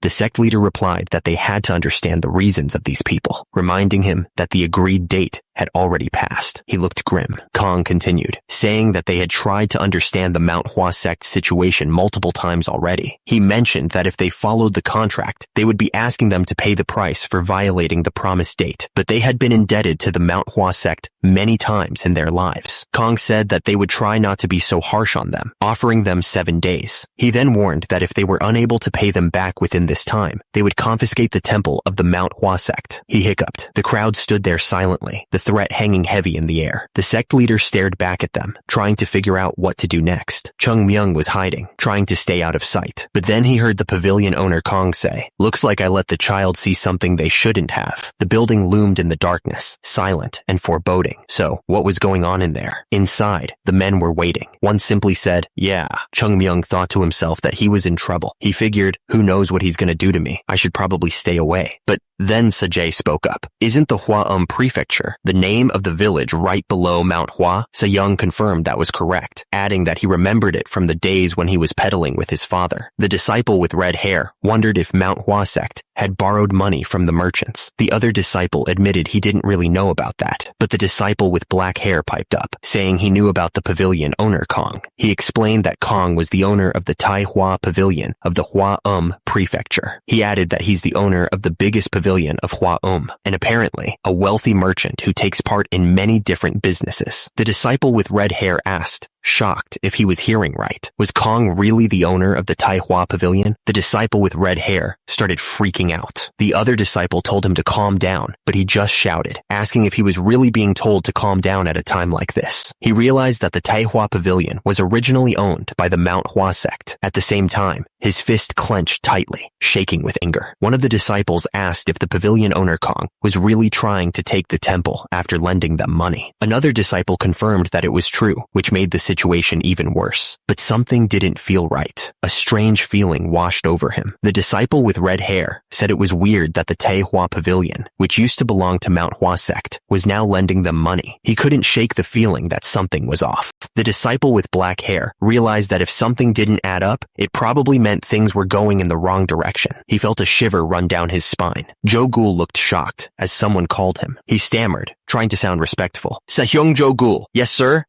Yeah?" The voice ordered him to bring the thing he had mentioned before. Jo-gul looked confused, wondering what he was talking about. The speaker repeated himself, making it clear he wasn't messing around, and immediately, Jo-gul realized what he meant and shouted back, "That thing. Oh, that thing. I'll bring it right away." Jo-gul returned, holding a large bundle wrapped in cloth. He looked up, asking what they were going to do with it. The speaker began to explain. There's an old saying in Buddhist literature. As he spoke, Jo-gul and another disciple looked on, wondering what he was getting at. Chung Myung, dressed in strange clothes, started explaining the meaning behind a dark saying. He said that killing a Buddha or your forefather doesn't mean literally killing them. It means you have to abandon any attachments that get in your way, no matter what they are. Chung Myung continued, saying that if you meet a Buddha, kill him. He explained that to truly achieve the way of the Tao, you have to violate the way of the Tao. It was a strange lesson, to say the least. Chung Myung suddenly announced that he was off to find the true way of the Tao. Below him, two disciples looked up, completely shocked. One of them shouted, asking where he thought he was going, dressed up like that, calling him a dumbass. The disciple yelled, asking if he was thinking of leaving the Sect temple. He called Chung Myung a crazy bastard, and told him to jump, and without a second thought, Chung Myung jumped right off the wall. Chung Myung stood on a hill overlooking the Mount Hua Sect. The lights of the temple twinkled in the distance, but he didn't look back. He was gone, off to find the true way of the Tao, whatever that meant. Laughter echoed from the Tai Hua Pavilion, bouncing off the walls. It was a cruel sound, mocking the Mount Hua Sect. The sect leader looked completely shocked, like he couldn't believe what he was hearing. They had basically given Mount Hua a final warning. The man laughed, asking how much the Mount Hua Sect thought they had borrowed. It was over 100,000 niang. He found the whole thing hilarious. The man said that the sect leader was even more bewildered because pavilion owner Kong was with them. He asked if that wasn't right. The merchant said that although he seeks profit, he felt sorry for having to do this to them. He said that after all, they had been in a good relationship for many generations. Taehua, pavilion owner Kong, said that they did the best they could. He asked how many times he had already let it slide. Taehua, pavilion owner Kong, said that everyone would praise his generosity. He said that he really hoped that was the case, laughing. Taehua, pavilion owner Kong, said that they were so carefree. He couldn't believe that they were able to live as such simpletons. Taehua, pavilion owner Kong, said that the power of the Mount Hua Sect was not something to be looked down on. The man said that the true strength of the Mount Hua Sect did not lie in their combat power. He warned that the biggest thing about the Mount Hua Sect to be wary of was their history. The guy was eating duck, and he was saying that in the Shanxi province, it'd be hard to find someone without any connection to the Mount Hua Sect. However, he took another bite, and he continued that these days, the Mount Hua Sect was significantly weaker. The guy then said that the Mount Hua Sect had become tender, just like the duck he was eating, whose skin ripped apart even with minimal force from the chopsticks. Pavilion owner Kong turned to the other guy and asked what he was thinking of doing with the temple after he took it from the Manhwa sect. He figured it'd be hard to sell, so the other man suggested that they just take something else from them instead. Pavilion owner Kong, sitting at the table, explained that the true value of their temple was beyond anything they could imagine. He seemed to know something the others didn't, and he was enjoying holding that knowledge over them. Kong continued, assuring them that even though the temple looked like nothing special, he could guarantee its true value. He let out a short laugh, then asked the other man what he meant by his earlier comment. He was playing games, clearly.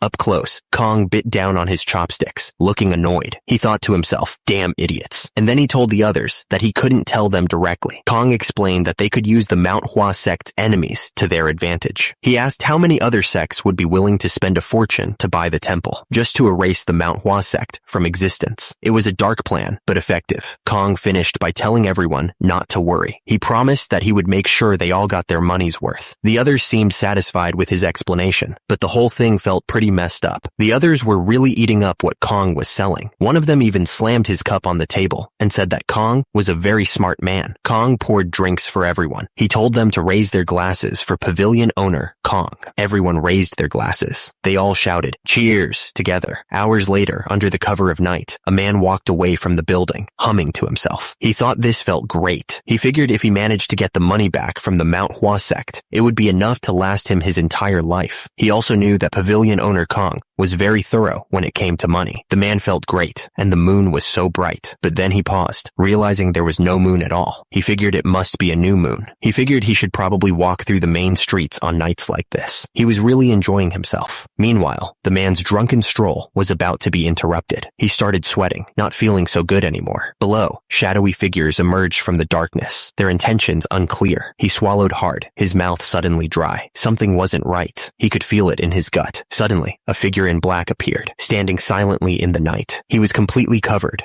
like a ninja from the stories. Suddenly, a voice called out, stopping him in his tracks. The figure in black looked up, startled by the sudden shout. The man stared at the burglar, completely thrown off by his outfit. He thought the guy looked like he'd walked straight out of a drawing, and he was also way too small. The man wondered if burglars usually wore such obvious clothes. He thought it was annoying that they were basically advertising their job to the entire world. Below, he asked the burglar if that was actually what he was. The burglar looked up, listening carefully. He said he wasn't interested in money. He just needed some answers, and he'd let him go unharmed. The man looked back at the burglar, a bit annoyed. He said it wasn't like he wanted to answer, but he didn't really have a choice. The burglar smirked, letting the man know that he had quite a few friends with him, you see. He seemed pretty confident, like he had everything under control. He went on to say that they didn't even let him walk around alone. Turns out, a whole group of men were standing behind him, all wearing similar hats and dark clothes. Someone watching nearby figured they must be high-class bodyguards. The guy's eyes were sharp, like he was ready to jump into action at any moment. One of the men wondered what they should do. He even suggested killing him, but another guy in the group thought they should at least hear him out and then capture him, making sure he could still talk. The burglar spoke up again, saying he wasn't a fan of violent scenes. At that moment, I was wondering what he was planning, since he was the one who broke in here in the first place. The man in green robes looked around, reacting to the sound he had just heard. He mumbled, "That's right." He suddenly yelled out, letting everyone know that the last hit seemed a bit too much. As a result, the face of one of the attackers was shown. The man in green robes stood over the burglar, looking down at him. He questioned if the others were listening when he told them to make sure the guy could at least talk. The man looked surprised, as if he hadn't realized the burglar was in such bad shape. He asked, "Oh, is that so?" The ninja stood over the bodies of the men who had attacked the Manhwa sect. It was a brutal scene, with bodies scattered everywhere. The man in green robes thought that people really needed to understand what others said to them, but there were some who just refused to do so, and immediately, the burglar was shown on the ground, beaten. The man in green robes called the burglar over, telling him to come closer. He was clearly setting a trap. The man in green robes repeated that if the burglar answered his questions, he would let him go unharmed. The burglar was scared and agreed. The burglar was caught off guard and shouted, asking what the hell was going on. He didn't expect to be attacked after agreeing to answer the questions. The man in green robes explained that if the burglar had just answered his questions when he first asked, he would have let him go unharmed. But since he tried to fight, this was what he deserved. The man in black clothes loomed over the burglar, who was still on the ground. He promised that he'd make sure the guy could at least talk. The burglar burglar tried to speak, but his face was so swollen he couldn't get the words out right. It came out as a slurred mess. The ninja warned him to fix his pronunciation before he hit him again, clearly not in the mood for games. The burglar, terrified, promised to speak clearly. The ninja asked if he was saying that he had loaned more than 100,000 yangs to the Manhwa sect. The burglar confirmed that was right. The ninja sighed, clearly not buying it. The burglar, seeing his reaction, looked even more scared and nervous. The ninja pointed out that even if he sold everything the burglar had, right down to his underwear, there was no way he'd make 10,000 yangs, let alone 100,000. The ninja wanted to know if he was claiming to have loaned 100,000 yangs to the Manhwa sect, which was supposedly collapsing. Trying to save his skin, the burglar stammered that he could explain everything. The burglar explained that it was just how high interest rates worked. He said if you loan money with a high interest rate, as long as they didn't pay it off, the interest just kept getting higher. The burglar continued that if you just gave it a little time, the interest became way higher than the original loan. Meanwhile, the ninja was trembling, barely able to contain his fury. The ninja struck the burglar hard, sending him flying. He shouted that taking money that way wasn't something to be proud of. The burglar coughed, blood splattering on the ground. He managed to choke out that he was also the owner of the fabric shop. He barely whispered, "Yes, sir." The ninja pressed the burglar, wanting to know when he had bought the fabric shop. The burglar stammered, pretending he didn't understand the question. The burglar insisted that his family had owned the fabric shop for generations, but the ninja didn't buy it, declaring that there was no way that was the case. The ninja explained that the fabric shop was one of the businesses of the Manhwa sect. He added that all the best businesses in the prefecture originally belonged to them, and that the development of the whole area was all due to the sect. The ninja continued that they had left the actual management to stand-in representatives, but those scumbags must have taken the opportunity to take over the businesses while the Manhwa sect was collapsing. The burglar interrupted, asking why he was being hit. The ninja looked absolutely furious. He yelled that the burglar was a scoundrel and prepared to strike him again. The ninja stood firmly, ready to fight. He couldn't believe he had been caught off guard like that. The burglar was furious. Judging from his skills, he doubted the ninja was just some nobody, so he demanded that he identify himself. At that moment, Jung Bin declared that he was the escort warrior, Jung Bin. He was sure the burglar must have heard of him. The ninja paused, tilting his head. He apologized, saying he wasn't really knowledgeable in those kinds of things, but he asked why Jung Bin wanted to know his identity. Jung Bin explained that he should at least know the identity of those who would die by his blade. He asked if the ninja didn't remember getting knocked out after he hit him just a few moments ago. Jung Bin was absolutely furious, calling the ninja an arrogant scumbag, and immediately he grabbed his sword, ready to attack. Jung Bin charged forward, ready to strike. He yelled at the ninja to brace himself. Jung Bin was confident, announcing himself as the escort warrior, Jung Bin. He was sure the ninja would soon fall before him. The ninja looked down, thinking that Jung Bin was definitely stronger than him in terms of pure strength. His inner strength, physical strength, and speed were incomparable to Jung Bin's. But despite that, the ninja didn't believe that made him weaker than Jung Bin. The ninja knew that pure strength and speed didn't define how strong one was in a fight. He was ready to use his skills to win. The ninja suddenly threw a bunch of swords into the air. They spun around like crazy, reflecting the light. The ninja and Jung Bin clashed, their swords meeting with a loud clang. The force of their blows sent shockwaves through the air. Jung Bin suddenly looked very confused. He clearly didn't understand what was happening. The ninja thought that he had the advantage because of his experience. After all, he still had his memories from when he was the Plum Blossom Sword Saint. The ninja realized that if he lacked pure strength, he just needed to borrow it from his opponent. He was ready to turn Jung Bin's power against him. The ninja kicked Jung Bin hard, sending him flying backwards, and immediately after, the ninja gripped his sword tightly, preparing for another strike. The ninja's eyes narrowed, focused, and deadly. On the other hand, Jung Bin lay on the ground, dazed and defeated. The ninja didn't even look at Jung Bin. He just told him to come back after training more. The ninja sheathed his sword, the blade sliding smoothly into its place. He was already preparing to leave. The sword clattered against the hard ground. The sound echoed in the silent space. The ninja looked down at Jung Bin, who was still lying on the ground. He suddenly realized that he needed to know something from him, but he almost forgot what it was. The ninja thought he had almost forgotten about Jung Bin. He suddenly remembered that he had accidentally revealed his sword techniques to the guy.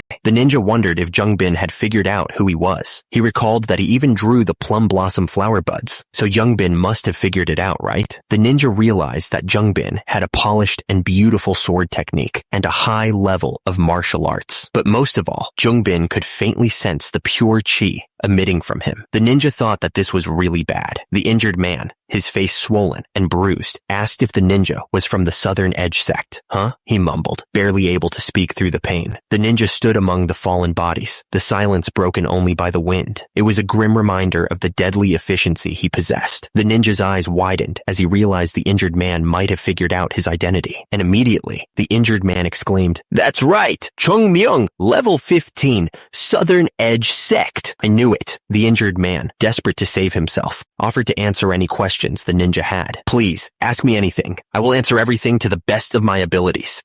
Yeah, alright, thanks, I guess. The building loomed above, casting a long shadow over the scene. Something felt off, like a storm was brewing. Joe Ghoul was getting anxious, tapping his foot impatiently. "What's taking him so long?" he asked, clearly worried. But Sa-young tried to calm him down, telling him to just relax. Joe Ghoul was still worried, but Sa-young tried to reassure him. "But Sa-young," Joe Ghoul protested. But Sa-young insisted that he knew Chung Myung wasn't an idiot and could handle himself. Sa-young looked at Joe Ghoul with confidence. He said that Chung Myung would be back, sooner or later, so there was no need to worry. Sa-young's face turned to worry. He muttered that as long as Chung Myung didn't get into an accident, everything would be fine. The door creaked open, breaking the silence. It sounded like someone had just arrived, but who was it? The door swung open with a bang, and Chung Myung walked in, looking around. "Did anything happen while I was out?" he asked, his voice loud. "Sajay!" He didn't wait for an answer, but walked right in. The door creaked open wider as someone else entered the room. Yoon Jong and Joe Ghoul turned to look at Chung Myung, a little surprised. "That's something we should be asking you," Yoon Jong said, sounding calm. "Did anything important happen outside?" Joe Ghoul added that not much had happened. Chung Myung smirked, holding up his hand to show off a few coins. "I was treated very well," he said, sounding pleased with himself. "And I even got some spare change on top of that." Suddenly, a man with puffed up cheeks and a suspicious look on his face spoke up. "Are you from the Southern Edge sect?" he asked, his voice full of doubt. "Huh?" Chung Myung thought it was probably a good thing that the guy couldn't figure out who he was. Still, it left a bitter taste in his mouth. The plum blossom sword techniques were lost, so it wasn't the symbol of the Manhwa sect anymore. Even so, Chung Myung thought that Jongsan Yu, who had lived his entire life in the Hwa-Um prefecture, couldn't think of the Manhwa sect after seeing his sword technique. Joe Ghoul asked Chung Myung what he had been doing outside of the temple. Chung Myung said it wasn't something a child like him should know about. Joe Ghoul pointed out that Chung Myung was also a child. Chung Myung brushed it off and told him to gather everyone, because they needed to train now. Joe Ghoul looked surprised and asked if they were really going to train again,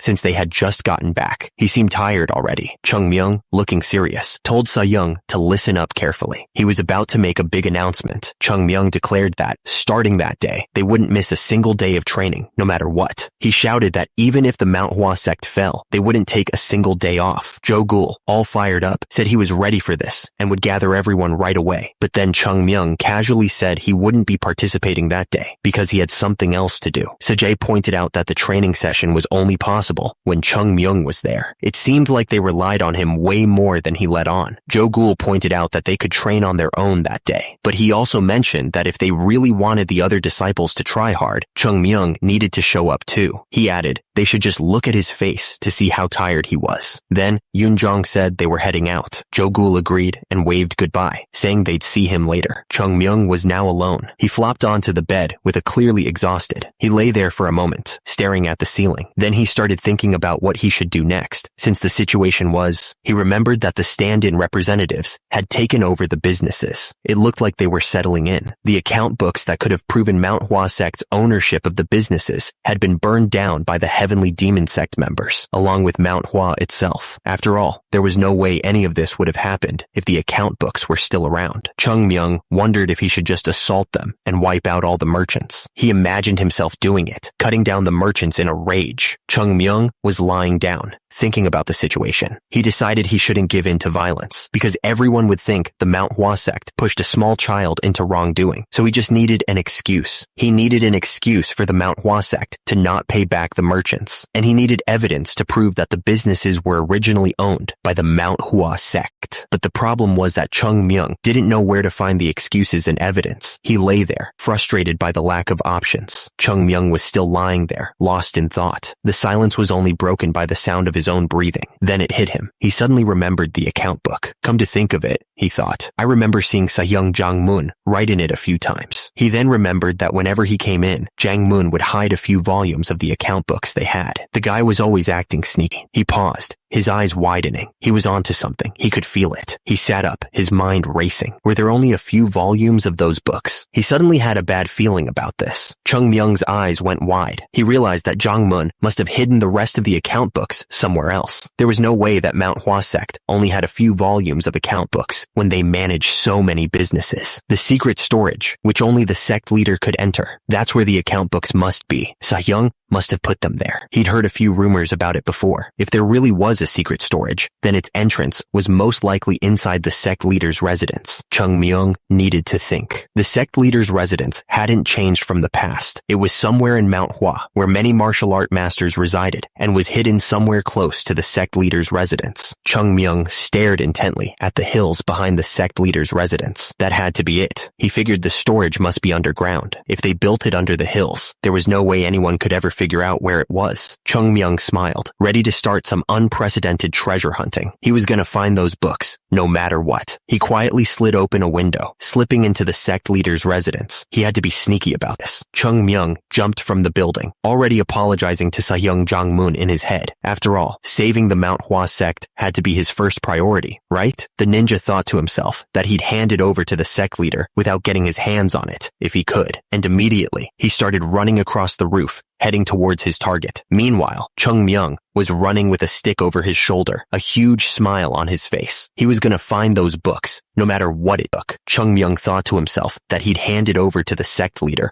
without getting his hands on it, if possible, that is. The mountains loomed in the distance, their peaks shrouded in mist. The air was still, and the silence was broken only by the wind whistling through the rocks. Suddenly, Chung Myung lost his footing and started falling backwards. He shouted that he was gonna die. Chung Myung sat at the bottom of the small hill, catching his breath. He muttered to himself that it might be a small hill, but it was still the same as searching an entire mountain, which was no easy task. Chung Myung looked annoyed. Even when he did it this way, it was still a pain. Chung Myung sat down and put his hands together, focusing his energy, and immediately, a blue light started glowing from his hands, swirling with power. Chung Myung focused, his hands glowing with a bright blue light. He channeled his energy, hoping this would lead him to the hidden storage room. Chung Myung watched as the beam shot out from his hands, piercing through the ground. He thought that if the energy met a large, empty space, that would be the storage room. Chung Myung stared at the ground, a question mark hanging in the air. He said that was what he thought, and he didn't know where it was, but there was no other reason for the empty space to be in the ground there. Chung Myung fell back, exhausted and frustrated. He exclaimed that he was gonna die, and it was probably not there. Chung Myung looked up, his eyes filled with determination. He decided to screw it and try one more time. Chung Myung gasped for air, his lungs burning. He wasn't gonna give up just yet. He had to try one more time. Chung Myung focused his energy again, sending a beam of light into the ground. But as the light pulsed, Chung Myung looked confused, not understanding what was happening. The beam of energy shot down into the earth, creating a ripple effect. And immediately, Chung Myung realized what it meant. He had found it. Chung Myung shouted that he had found it. And immediately, he grabbed a pickaxe, ready to dig into the ground. Chung Myung knew he needed to dig to confirm what he had found with his own eyes. With a grunt, he swung the pickaxe down, the sound echoing in the room. Chung Myung stared at the ground, his heart pounding in his chest. He could feel that he was close to finding what he'd been searching for. Chung Myung looked absolutely shocked. Bricks? He wondered if this was really Manhwa's secret storage. There was no way it could be made out of just bricks, not with all of Manhwa's treasures and account books supposedly hidden inside. He reached out and touched the bricks, feeling around the edges, and immediately, his eyes widened as he looked into the hole he had created. A grin spread spreading across his face, saying it was nice. A dark hallway stretched out before him, promising secrets and hidden treasures. Chung Myung shouted that he found the hallway that led to the secret storage. Chung Myung stared down the hallway, a mix of excitement and nervousness swirling within him. He wondered what secrets and dangers awaited him in the depths of the secret storage. Chung Myung stood in the hallway, deep in thought. He wondered if the sect leader knew about the hidden safe. If he did, that could complicate things.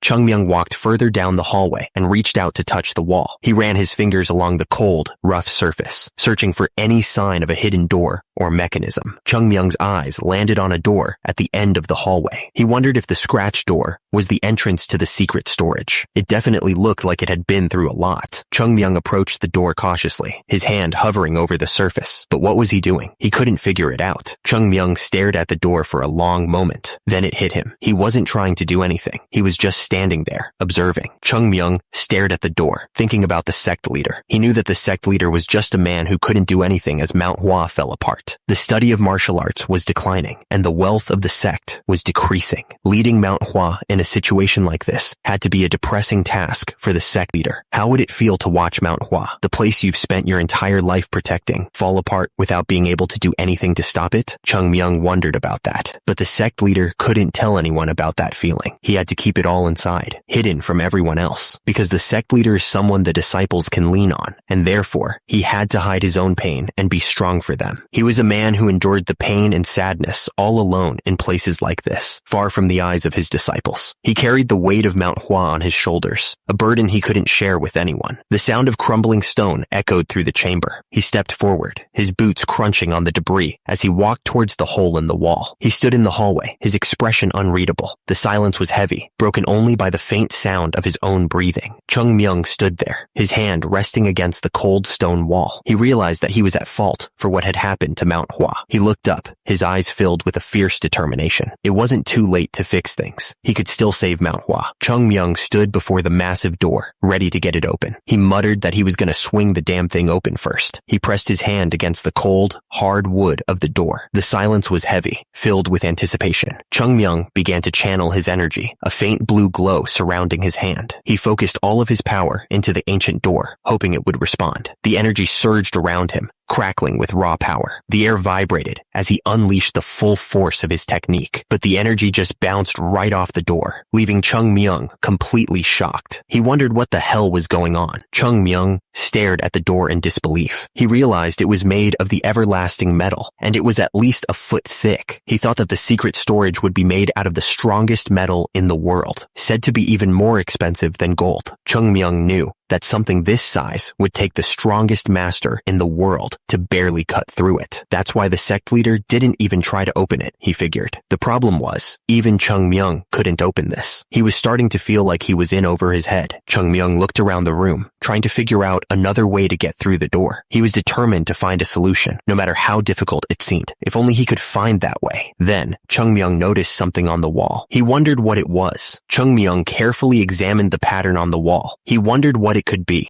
Then it hit him. Chung Myung realized that the patterns weren't just decorations. They were blade marks. Chung Myung stared intently. Some of the marks resembled the movement plum blossom sword technique. He was starting to piece things together. He looked closer. This one was the bamboo leaf sword technique, and that one was the equilibrium sword technique. Now that he knew they were blade marks, Chung Myung started to recognize them for what they were. Chung Myung's eyes widened. If these were the clues on how to open the door, he was finally on the right track. Chung Myung realized what he was dealing with. Turns out, it was the Violet Dawn fortified chi. Chung Myung planned it out. He'd follow the marks precisely, starting with the equilibrium sword technique and the bamboo leaf sword technique. Then he'd move on to the 24 movement plum blossom sword technique, and finally bring out the plum blossom sword dance. That's how he'd open the door. He wondered how anyone could make something like this. Anyway, Chung Myung felt like he got the gist of it. He could see the complex patterns of the door right in front of him. That meant there was just one problem left. Chung Myung wondered how he was supposed to perform all those techniques. It would have been no problem if it was his past self. However, now Chung Myung was nothing but a child. He could play it all in his head, but applying inner strength to his blade and instantly performing those techniques was currently impossible for him. Chung Myung realized there was still a way, but he really didn't want to do it. He could already feel the exhaustion creeping in. He focused his energy. His hands started to glow with a bright, unnatural light as he started to gather his innate, true chi.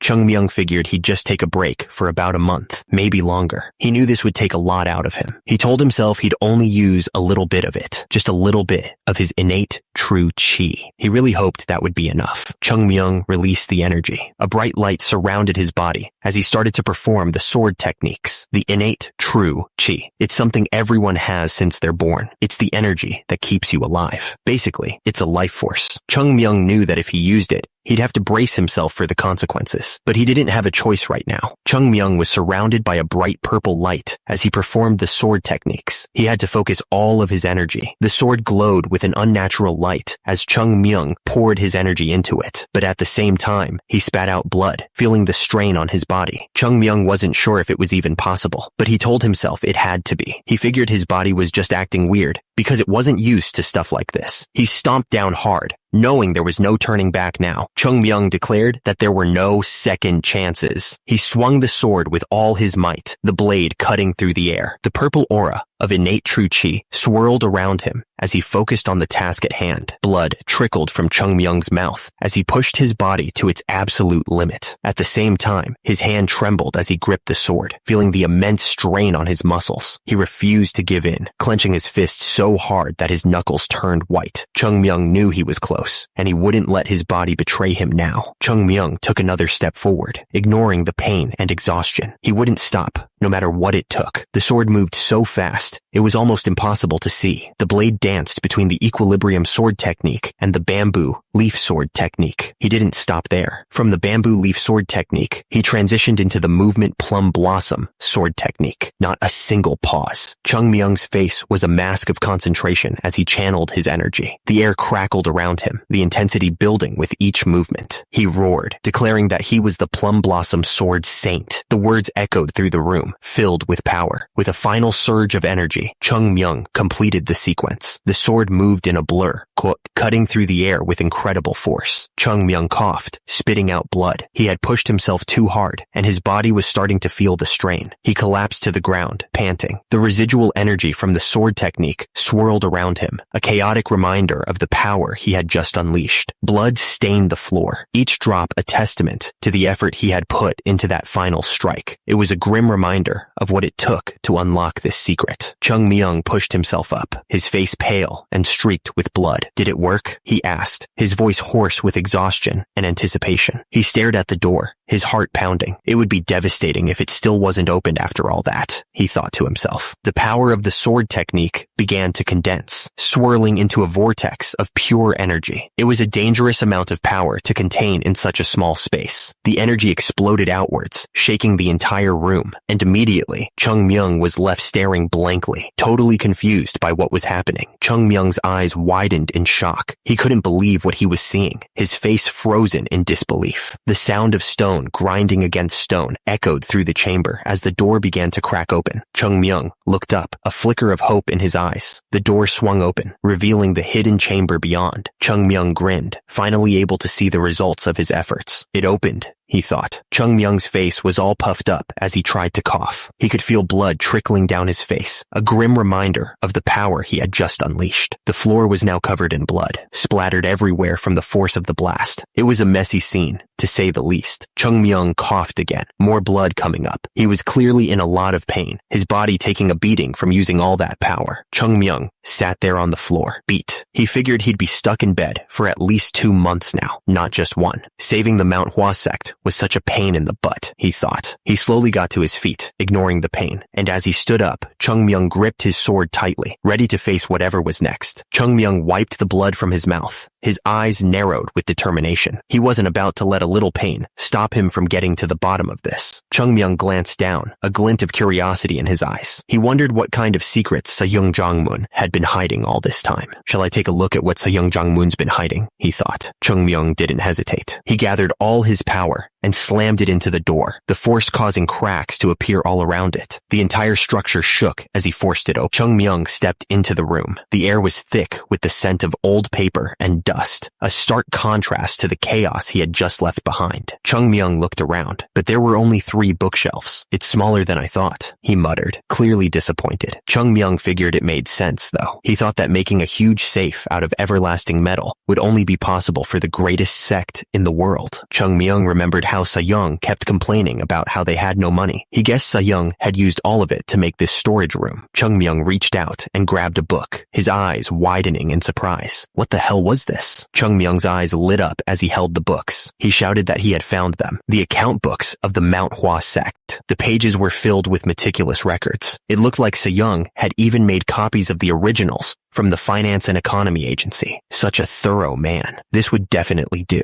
Chung Myung pumped his fist, declaring that the damn merchants were all doomed now. But now that he thought about it, Chung Myung squinted, looking at the shelves. He wondered if there were really only papers in here. Chung Myung began rummaging through the bookshelves, clearly looking for something else. He complained that if Sa-young had hidden away some money, he could have used it for the greater good. He grumbled that aside from returning prosperity to the Manhwa sect, he would have eaten meat and drunk alcohol to his heart's content. He was disappointed that the nasty old man really did not hide any money here. Chung Myung sighed, wondering what he had even expected from Sa-young. He figured he would just look through the papers, wondering what the old man had put on the second shelf. Chung Myung's eyes widened as he found a secret technique book. He wondered if it had been used before. He paused, taking a closer look. Chung Myung realized that these techniques hadn't been used before. These were martial arts technique books that had been practically abandoned by the Manhwa sect. Chung Myung thought about Sa-young Jang-moon. He figured the old man probably couldn't bring himself to completely abandon the martial arts techniques they decided not to pass on to future generations. He must have stored them in here because he thought throwing them away might negatively impact the Manhwa sect in the future. Chung Myung thought. Sa-young really couldn't let go of the past. The first bookshelf signified the duties of the Manhwa sect leader. The second shelf must signify the sect leader's personal attachments and affections to the Manhwa sect. Chung Myung grabbed a book tightly. He promised Sa-young that he would make sure to bring the Manhwa sect back to its place. Not only that, Chung Myung thought, he'd even make it stronger than it ever was. He looked absolutely determined to do it. Chung Myung turned to the third bookshelf, looking to see what was on it. He was searching for something. Chung Myung asked if the scroll was the only thing on the third bookshelf. It seemed pretty empty. He unfolded the letter carefully, his heart pounding with anticipation. The old paper crackled softly as he began to read the words written long ago.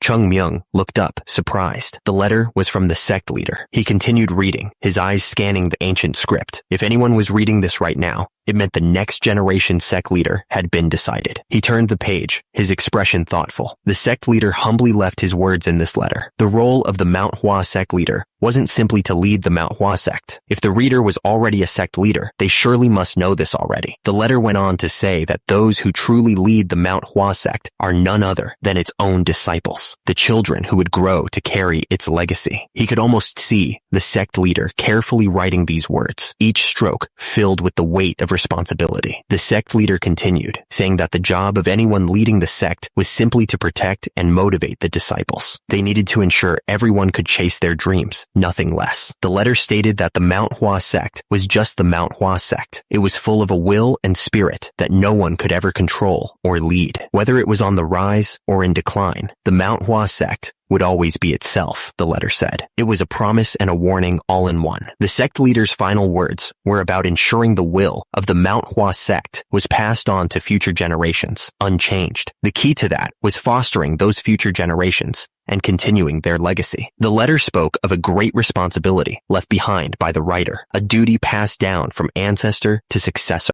The letter identified the writer as Chung Mun, the 21st sect leader of the great Manhwa sect. Chung Myung continued to read, feeling the weight of those words. He muttered that the guy seemed to like nagging others, even from beyond the grave. Yu Iseol stood near the doorway, quietly observing him. She figured she didn't get much out of this trip, but it should be enough. What really mattered was that she finally had the account books in her hands. She started walking back the way she came. Chung Myung thought that with these, he could bring back Manhwa's stolen businesses. But then he paused. Something didn't feel right to him. Chung Myung looked around the storage room, his eyes narrowing. Something was definitely off about the way this place looked. He stared around, his face showing his confusion. This was strange, really strange. Chung Myung remembered that the Sahyung Chung Moon he knew had terrible OCD. He was someone who kept 2 lamps in his room, directly on his right and left, to keep the symmetry of his room. Chung Myung looked at the 3rd shelf, now almost empty. He wondered how someone like Chung Moon could have left it like this. Chung Myung stared up at the shelf, his eyes widening.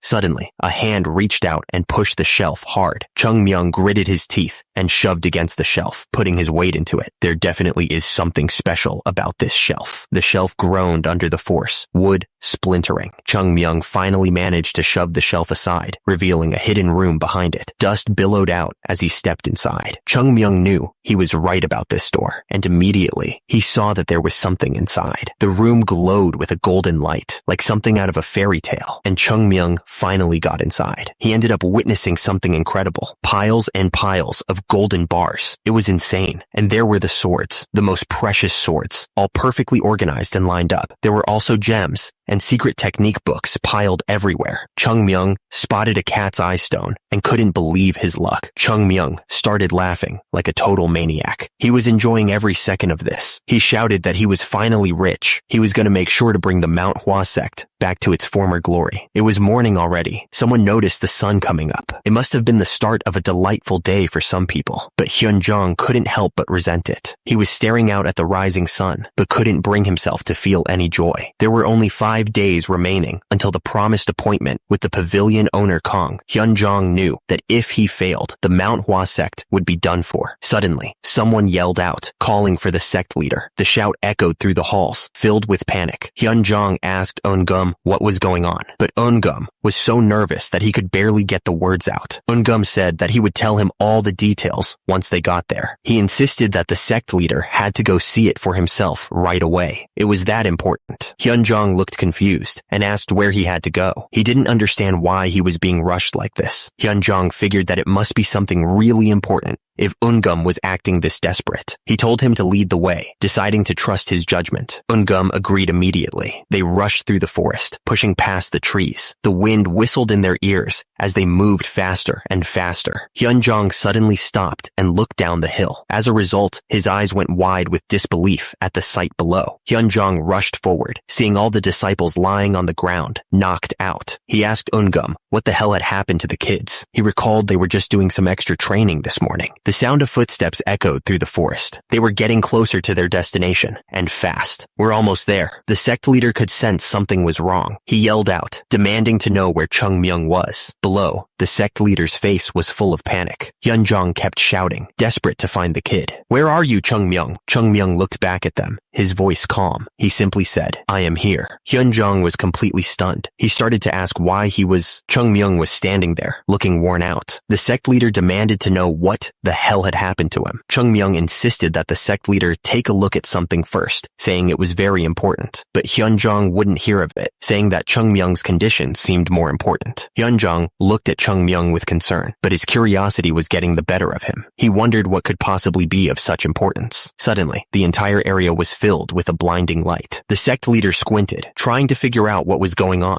Hyunjong's eyes widened in disbelief. He couldn't believe what he was seeing in front of him. Chung Myung looked back, a wide smile spreading across his face. He couldn't believe what he had just stumbled upon. A treasure chest overflowed with gold bars and ancient books. Chung Myung realized he had discovered this by accident. Hyunjong was absolutely shocked. He stammered, asking how Chung Myung had found this place. He was sweating from exhaustion. Hyunjong quickly told Chung Myung to go back and rest, saying he wouldn't ask any more questions. Chung Myung's shoulders slumped as he tried to catch his breath. He was completely drained. The shiny golden bars seemed to stretch on forever. Chung Myung stared in awe, completely speechless. Hyunjong's eyes widened as he looked at the contents of the chest. He muttered, realizing realizing there was something even more important inside. Lying inside the chest were the account books. Hyunjong realized they were the Hua Prefecture business account books of the great Manhwa sect. Hyunjong slapped his forehead, suddenly understanding the situation. He had almost forgotten about these books. Hyunjong knew that if he carelessly opened the books, they might crumble apart, and he'd be uneasy for the rest of his life. On top of that, there was something else that caught his attention. Hyunjong carefully picked up one of the books. He stammered in disbelief, barely able to comprehend what he was seeing. Hyunjong's eyes went wide as he read the words in the book. He couldn't believe what he was seeing. The shock of what he was reading was too much for Hyunjong. He fell backwards, overwhelmed. 2 members of the sect saw Hyunjong fall. They ran towards him immediately, shouting for their sect leader. Hyunjong looked up, dazed. He mumbled something unintelligible. Hyunjong finally managed to get the words out. He announced that these were the 7 Plum Blossoms Sword Technique records. Hyunjong suddenly sat up in his bed. He looked around, clearly disturbed by something. Someone shouted, asking if they had brought the chest with them. He was relieved that the sect leader was awake, and immediately demanded that Hyunyoung, the leader of the Finance and Economy Agency, be brought to Hyunjong. The person stared intently at the book. He seemed shocked by what he was reading. Hyunyoung declared that they were all real, confirming the authenticity of the items. Hyunjong asked if he was sure. The other man confirmed that he was completely sure. He added that he had also secured the verification documents that were under the treasures. Hyunyoung held up the documents, explaining that they were from the government itself. He said that with these, they could not only prove that the account books were real, but also, Hyunyoung continued, saying that they could immediately bring back the businesses of the Taihua Pavilion and the Hua Prefecture, which had originally been under the Manhwa sect. He added that the treasures that came with these documents easily exceeded 100,000 nyangs. Hyunyoung sighed in relief, clearly overcome with emotion. He said that it was a relief and that there was only good news. The room fell silent as everyone took in the news. The implications of this discovery were starting to sink in, and a sense of hope filled the air. Someone thought about that kid, Chung Myung, to think that the decision to accept him would bring them such prosperity. It was unbelievable. Someone said that the kid was the harbinger of fortune in the Manhwa sect. It was a lot of pressure to put on a child, but they weren't wrong so far. More importantly, someone slammed their hands on the table, making a loud noise. It was a sign that a decision was being made. The elder stood up from his chair, turning around. He thought that if the account books were real, he would have to confront them. Hyunjong yelled for them to bring in all personnel related to the Great Manhwa's Hua Prefecture business account books. He looked absolutely furious. A few days had passed since the sect leader had demanded the account books. The story was about to move forward. Someone shouted, complaining about being pushed and warning that he was going to fall. He looked absolutely furious. The man stated that they weren't too far from the Manhwa sect and told everyone to keep moving. He then replied to someone with, "Yes, sir." At the top, one of the guys was thinking that after he got his money, he was never coming back to this mountain. And immediately below, another guy was breathing heavily, looking exhausted. The men wondered why the sect leader had suddenly called them to Manhwa. They questioned if he had already prepared the money. The group made their way up the mountain path, each step bringing them closer to Manhwa. One of the men muttered that 100,000 nyangs wasn't exactly pocket change, highlighting the significant debt at stake. One of the creditors figured that Haegun Jeong was probably calling them to beg for mercy. He didn't think there was any way the sect leader could get that much money in such a short amount of time. Another man speculated that there was no point in dragging things out until the promised date. That was probably why Haegun Jeong was calling them in early, he thought. One of the creditors scoffed, saying that the sect leader made them come and go as he wished just to beg from them. He added that he'd never seen such a shameless debtor. But another man told him to refrain from speaking of him with such harsh words, even though Hyunjong was currently going through financial difficulties. The shop owner Yu looked anxious, wondering if it was possible that they weren't going to get their money back after all. He looked really concerned. The group of people walked up the mountain. One of them pointed out that the fact that someone from the Southern Edge sect came to this area made it obvious that many people were interested in Manhwa's temple. One of them was really excited about the money. He figured that if he got 5,000 nyangs today, like he was supposed to, he wouldn't have to work for the rest of his life. He wouldn't have to keep running his shop. The group gathered at the entrance to the building. They looked nervous as they waited to go inside. The group stood silently. The tension in the air was so thick you could cut it with a knife. They were all clearly nervous about what was about to happen. When the merchants reached the gates, they all felt conflicted about bringing down the Manhwa sect with their own hands. The sect had been the protector of the Hua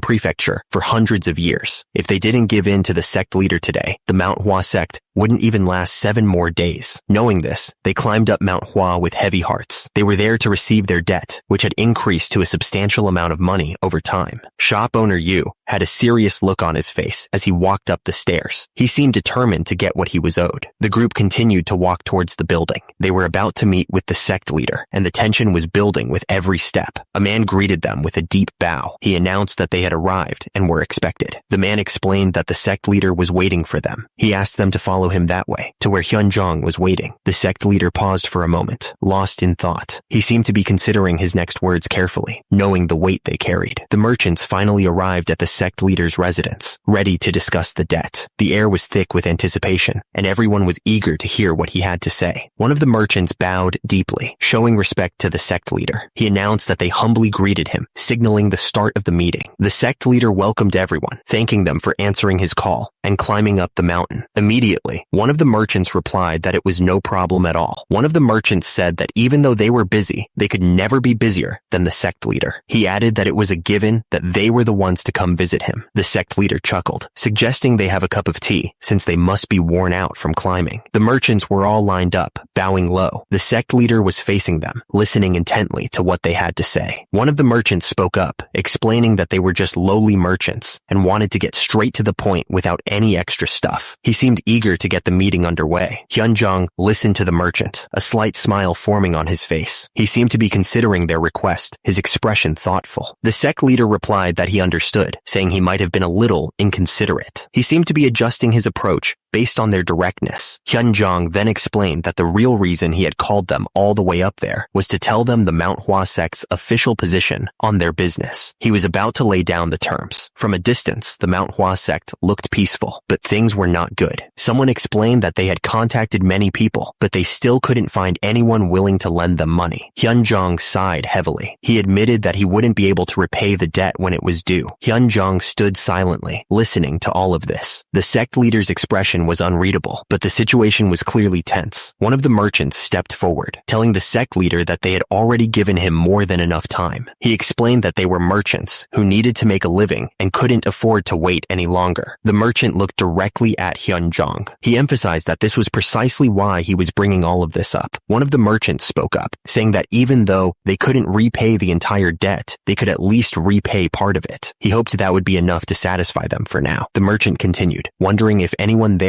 would be willing to delay the repayment date. He was clearly hoping for someone to show them some mercy. Another one of the merchants pleaded with them to do the Manhwa sect a favor and show them some mercy. He bowed deeply, hoping to sway their decision. The atmosphere in the room was getting weird. Down below, one of the merchants looked nervous and uncertain. The narrator said that the atmosphere had started to flow in a strange direction. Everyone was on edge, waiting to see what would happen next. The group of merchants stood outside, waiting. The person in front of them was thinking hard, trying to figure out what to do next. The person watching thinks to himself, wondering if that's how Hyunjong is handling things. He looked a little surprised, as if he hadn't expected this. He still didn't understand what was going on. The guy looked completely lost in thought. He wondered if Hyunjong was trying to push the merchants into a corner, or if he was just being nice. It could honestly be either one, he thought. But one thing he knew for sure was that Hyunjong wasn't as simple as he looked. The guy seemed deep in thought. The most important thing a sect leader needs is to be calm. The scene then shifts to a building. Even though the Manhwa sect is a place where many Taoists live, martial arts are the base of the sect. So, making smart choices should come naturally, especially for the sect leader. The back of a man's head is shown. Does Hyunjong have what it takes to be a good sect leader? The man stared intensely. Hyunjong explained that he had already said he couldn't give them any more time. He asked them not to misunderstand him. The merchant clarified that he wasn't just talking to pavilion owner Kong. He seemed serious about whatever he was saying. Hyunjong explained that even though the Manhwa sect owes 100,000 nyangs, he owes a unique amount to everyone there. He was trying to be reasonable. Hyunjong paused for a second. He seemed to be thinking about what to say next. Hyunjong then asked if anyone would be kind enough to let them delay the repayment date. The sect leader was trying to appeal to their good nature. The man thought that Hyunjong was resorting to pitiful trickery. He looked annoyed. The man asked if that meant Hyunjong was able to immediately repay those who refused to comply with his request. He seemed to be calling calling Hyunjong's bluff. Hyunjong explained that even though the Manhwa sect has decayed significantly compared to the past, that didn't mean they had nowhere to turn. He added that even though they couldn't prepare the entire 100,000 neongs, they could prepare a portion of it. He was trying to sound confident. Hyunjong then pleaded with them. He promised that in the name of the Manhwa sect, they would make sure to repay the debt of those who were willing to show mercy on them today. He looked desperate. One of the merchants spoke up, questioning if Hyunjong even knew what he was talking about. He asked if it meant that if they delayed the repayment date, he would repay them in the future. The merchant looked skeptical. Hyunjong confirmed that was precisely so.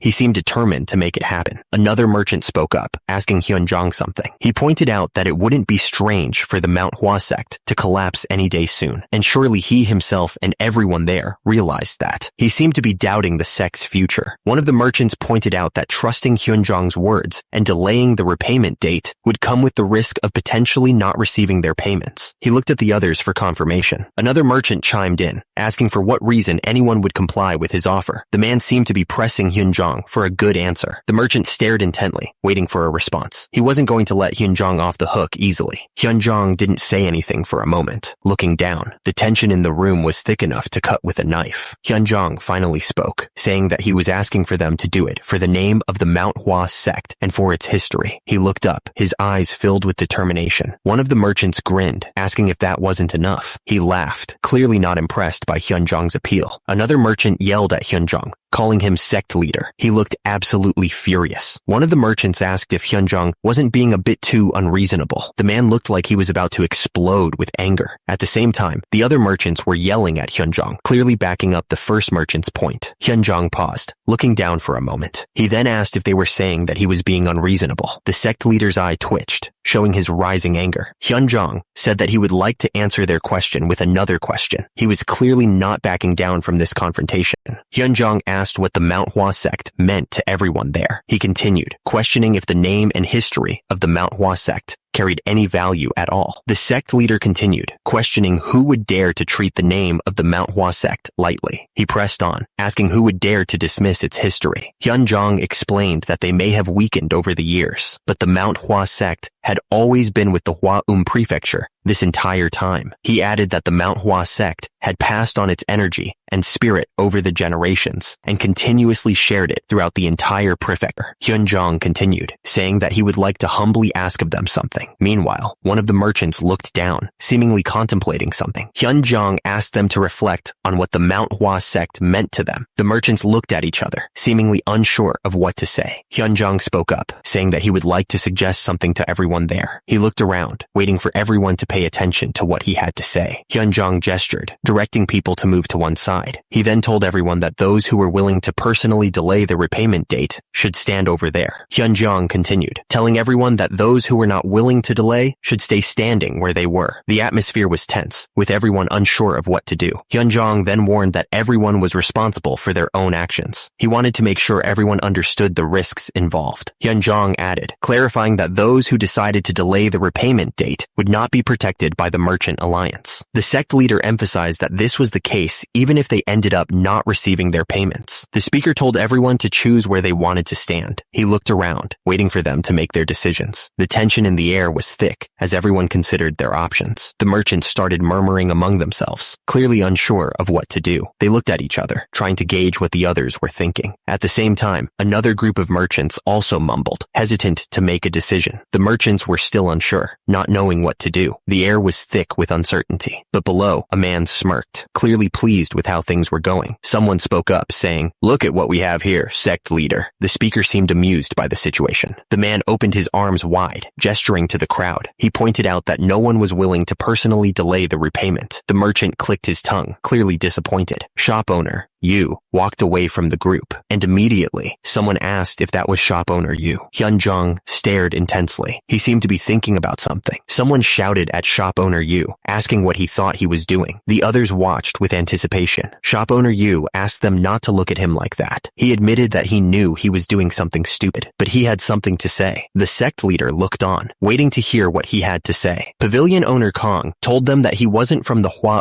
prefecture. He had a serious look on his face. Since since he didn't have any connection to the Manhwa sect. He said they probably didn't realize something. There was a fire in his eyes. He continued, saying they didn't understand what the Manhwa sect really meant to the Hua prefecture. He looked like he was about to explain. He explained that everyone who grew up in the Hua prefecture grew up hearing stories about the Manhwa sect. The man's expression was serious. He added that they always heard the phrase, "You also need to enter the Manhwa sect and become the world's greatest martial arts master." He seemed to be making a point about the sect's importance. Pavilion owner Kong looked serious, like he was about to drop some truth. His expression was intense, as if he was remembering something important. And even if people realized they weren't good enough to join the Manhwa sect, they still heard stories. The speaker said they kept hearing how the Manhwa sect protected this world. Shop owner Yu suddenly interrupted, asking what they were talking about. He added that he wasn't the only one who grew up hearing those stories. Shop owner Yu explained that it was the same for his father and grandfather. Because of that, he said the Manhwa sect was the pride of the Shanxi province and the Hua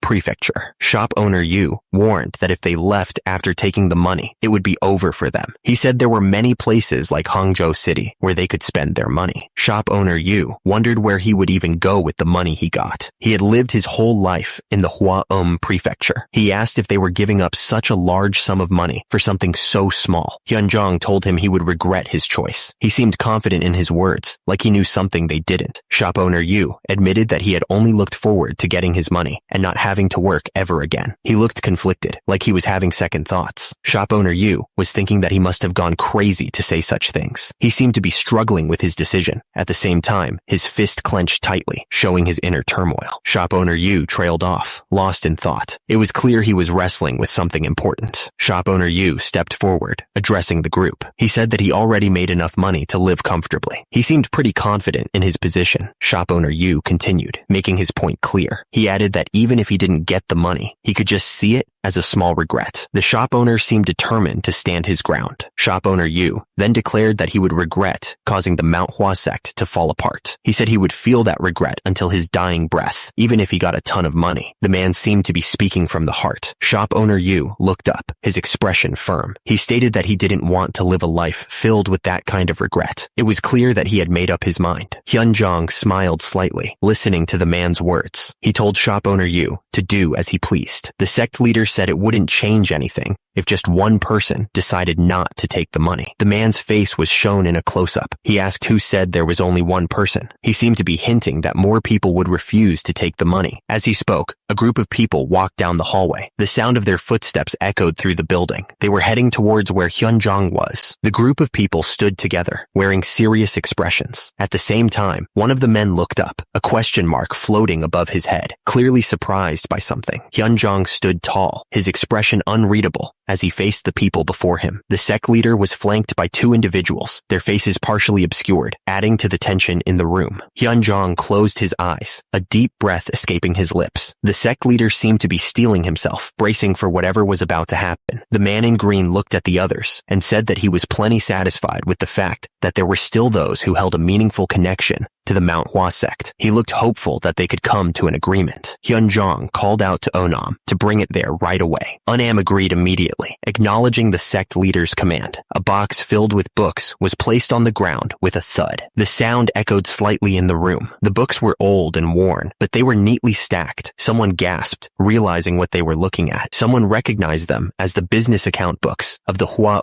prefecture. The man looked shocked and confused. One of the men addressed the crowd and said that the Manhwa sect had been generous to them and their families for many generations. He seemed to be reminding them of their past. The man's expression changed as he accused them of betraying the sect instead of paying what they owed. He looked absolutely furious. The man's face was covered in sweat as he looked utterly terrified. He looked like he was about to have a heart attack. A foot slammed down, emphasizing the threat. The man declared that, according to the account books, the Manhwa sect would be taking over their businesses. He continued, saying that they would also be taking all the wealth they had gained through those businesses, down to the very last coin.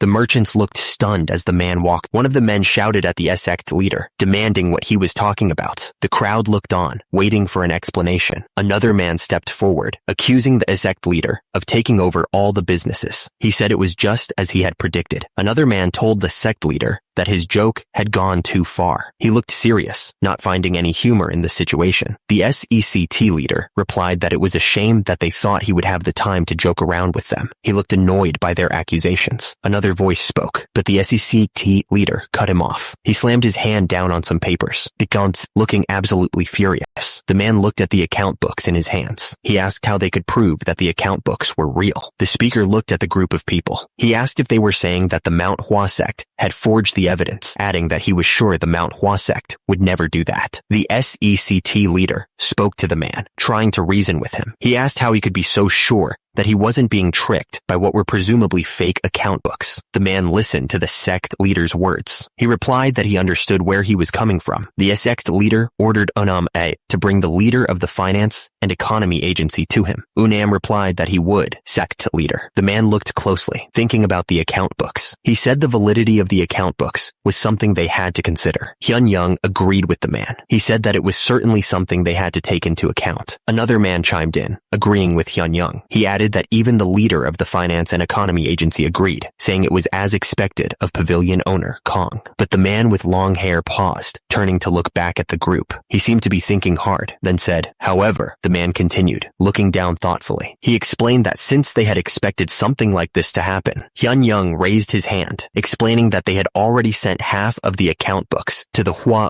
prefectural office to get them appraised. He seemed confident that this would solve the problem, but another man looked absolutely furious. He shouted that this was insane, clearly not happy with the situation. The realization hit everyone at once. They had been tricked, and it was clear this was a big problem. The text explained that if the government soldiers started taking over the businesses while they were away, they wouldn't be able to stop it. As a result, the merchants would lose everything. The text revealed the sect leader's plan. Calling them there was a trick to make them leave the market. The crowd realized they had fallen into a trap and looked worried about what would happen next. The text emphasized that 2 days was more than enough time to check the account books that they had sent away. It was a race against time. The man realized they had only sent half the books, and the ones in the chest must have already been checked. He looked shocked by this realization. The text stated that the government soldiers were waiting for them to leave so they could take over the businesses. The man looked absolutely furious as he realized the implications. Someone shouted for the SEC leader, clearly upset about everything. The SECT leader immediately yelled back, telling the man to lower his voice. He said that the man had no right to raise his voice at him. The SECT leader addressed the crowd, saying that true friendship comes from helping each other when they're in need. He looked confident as he spoke to the crowd. The men looked worried, and the SEC leader continued. He stated that there was no need to help those who had betrayed them when they needed help. The men looked even more nervous after hearing that. The SECT leader told them to head back immediately. He added that everything would be over once they arrived in the Hua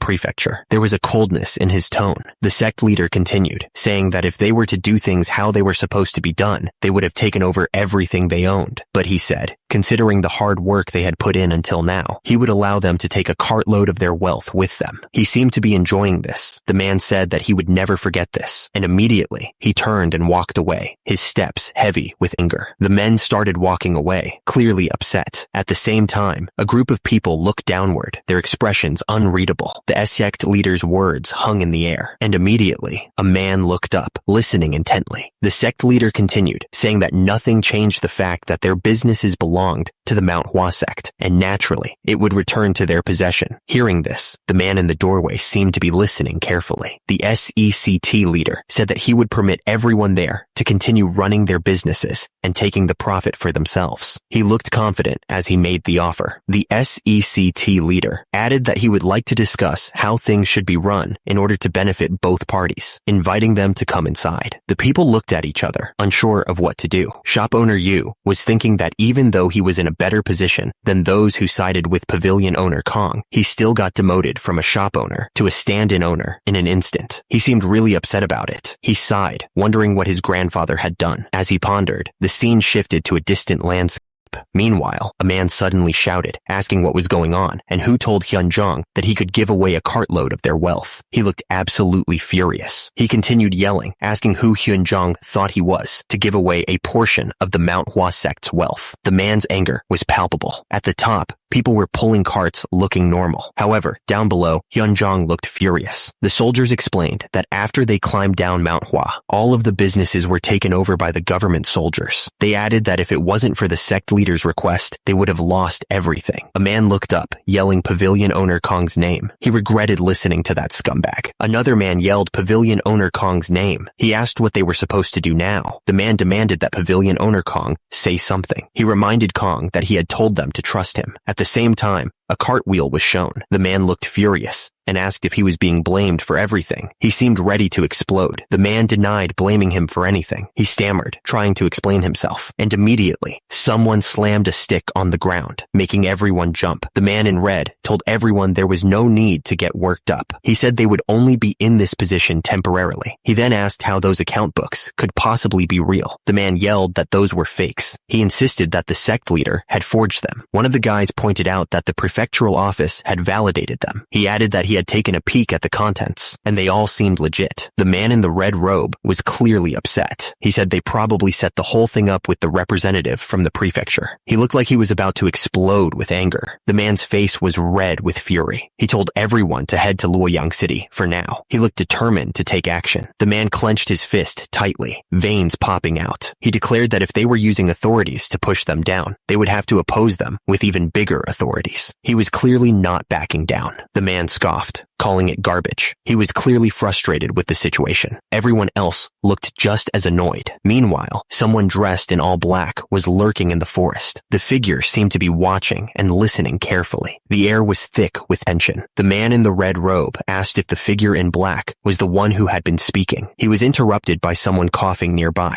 The coughing man wanted to know who else was there. The coughing got worse. The guy in charge pointed out that the person was wearing a thief's costume in broad daylight. He wondered if the bent back meant he was an old man. The man in the red robe warned the thief that he should just leave if he was aiming for their wealth, or he would lose his life for nothing. He seemed serious about the threat. The thief asked if he was talking about his wealth. The thief yelled that he wasn't trying to steal someone else's wealth. He was just trying to get back his own. He sounded absolutely furious. The man in the red robe looked confused by this statement. He seemed to be thinking about what the thief had just said. The man in the thief's costume asked if they were from the Manhwa sect. He looked like he was waiting for an answer. The thief grinned, saying that it was good timing because now he could get revenge on them. He seemed excited about the prospect. Suddenly, a group of men in black thief costumes charged forward. They looked like they were ready for a fight. The eyes of one of the men narrowed as they prepared to attack, and immediately, the group swarmed the wagon, swords raised. One of the men in black looked down at his target. His eyes were filled with a cold fury.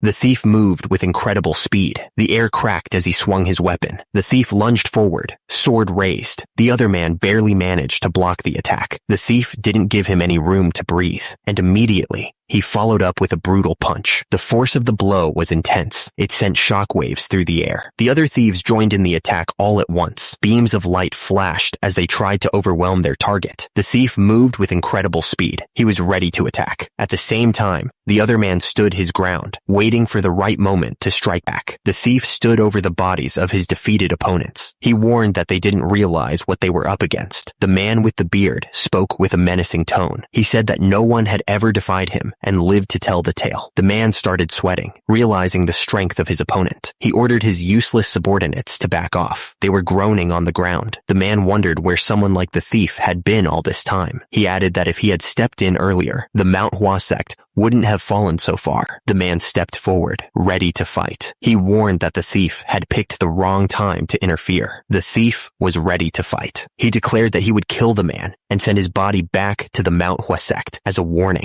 The man with the glowing hands spoke with confidence. He said that the sect leader would be sad to hear that someone like the thief died by his hands. The man shouted, telling the thief to prepare himself. He looked absolutely furious. The thief realized that the man had been hiding his true power. He knew that there was no way someone who just owned an inn could be this strong. He was impressed. The man spoke to the thief with a smirk. He warned that he wouldn't beat up the thief's mouth too badly. He looked confident, and immediately, the thief was sent flying through the air. The force of the blow was so strong that it looked like he was launched from a cannon. The man added that he needed the thief to be able to speak at least. He was clearly planning something. Suddenly, a massive explosion ripped through the forest, shaking the ground. The trees were torn apart, and the air filled with smoke and dust. Someone was channeling energy into their hands, preparing for a fight. He thought that he certainly didn't let his guard down. The man was struggling to get back on his feet, clearly hurt. He thought that the #1 rule for martial arts practitioners is that they must not look down on their opponents. The man was sweating and panting, pushing himself to his limit. He thought that it is said that tigers give their best even when they hunt mere rabbits. The man stared intently, his body tense. He remembered watching that masked man single-handedly take down all the escort warriors, and he wouldn't even think about letting his guard down. The man was still channeling energy into his hands. His face twisted in anger. He pointed out that his opponent was making a face as if he was getting bored. The man didn't waste any time and attacked, promising to fix that bored expression of his opponent. The force of the blow sent the man flying through the air. He crashed through the trees, leaving a trail of broken branches behind him. The attacker didn't give him a chance to recover and pressed his attack. He swung his sword down with incredible speed. The man managed to block the sword, but the force of the impact was immense. His arms trembled as he struggled to hold his ground.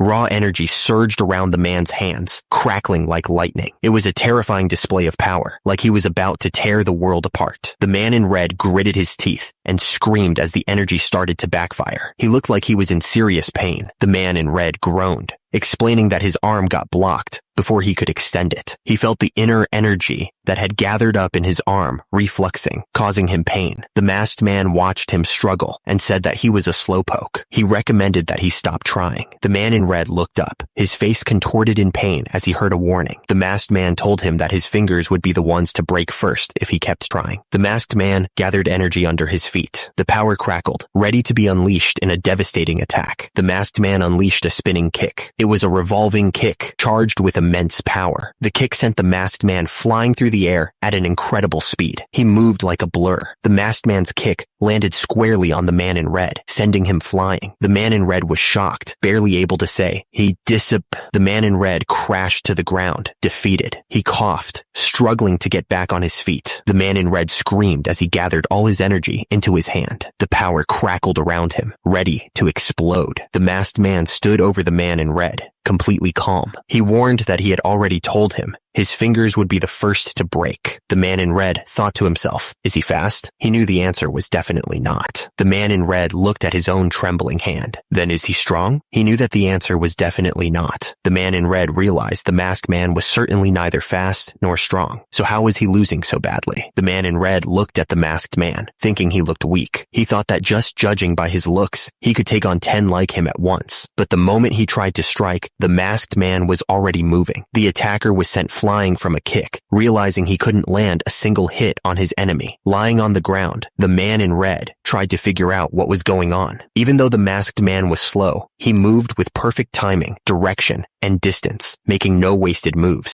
The man in red started to get scared, feeling like he was fighting something not human. It almost felt like the masked man was a goblin. Completely out of breath, the man in red knew he was in deep trouble. The masked man was seeing through all of his moves, and he realized that this man was a monster, far more dangerous than he could have imagined. The man in red was panting, sweat dripping down his face. He admitted that he didn't think he could keep fighting like this for much longer. The masked man stood there, barely breaking a sweat. He said he wanted to play a little longer, but that he was also running out of energy. The man in red looked up at the masked man, his voice strained. He asked why someone like him hadn't helped the Manhwa sect all this time. Suddenly, the legs of the masked man moved with incredible speed. The ground crunched beneath his feet as he dashed forward. The masked man stood tall, his sword now drawn and glinting in the light. He asked why he should tell anything to someone like the man in red. The man in red scoffed, sweat dripping from his brow. He told the masked man that blabbermouths like him lived in strange delusions and that he shouldn't answer anything he asked. The masked man countered that he should be the one asking questions. He wondered why someone with such skills would waste his life running an inn in the Hwaom prefecture. The man in red shot back, asking if there was a law that stated strong martial artists weren't allowed allowed to run an inn. The masked man insisted that there definitely wasn't a law like that. But with the man in red's skills, there were probably many other ways to earn money without running an inn, he said. The masked man quickly denied having a secret scheme or any bad intentions. He insisted that he hadn't received an order from anybody. It was his own decision. The masked man scoffed, saying that was correct. He knew it, and that's what they all say. He thought how uncreative the man in red was being. The masked man pointed a finger, declaring that he had one last question to ask. The masked man asked the man in red if he knew what he did to people like him to get answers. The man in red wondered how he would know. The masked man stated plainly that he beat the hell out of them. The man in red looked confused, not sure what to make of the masked man's words. The masked man figured there was no point in wasting time trying to dig out information from those who weren't going to speak anyway. So he said there just needed to be a little compromise between him and them. The masked man made it clear. If the man in red made sure not to tell him the information he needed, he would make sure to beat him up enough to satisfy himself for not getting to hear it. The masked man then launched a kick at the man in red. The man in red realized the masked man was aiming for his left knee. He braced himself, sweat dripping down his face. The man in red thought that at this speed, he could block the masked man's attack. He tensed his muscles, preparing for the impact. The masked man's kick slammed into the man in red. The force of the blow sent the man flying backwards, crashing into a nearby table. The man in red screamed, wondering why his shoulder was hurting. He was so sure the masked man was aiming for his knee, so why the sudden change of target?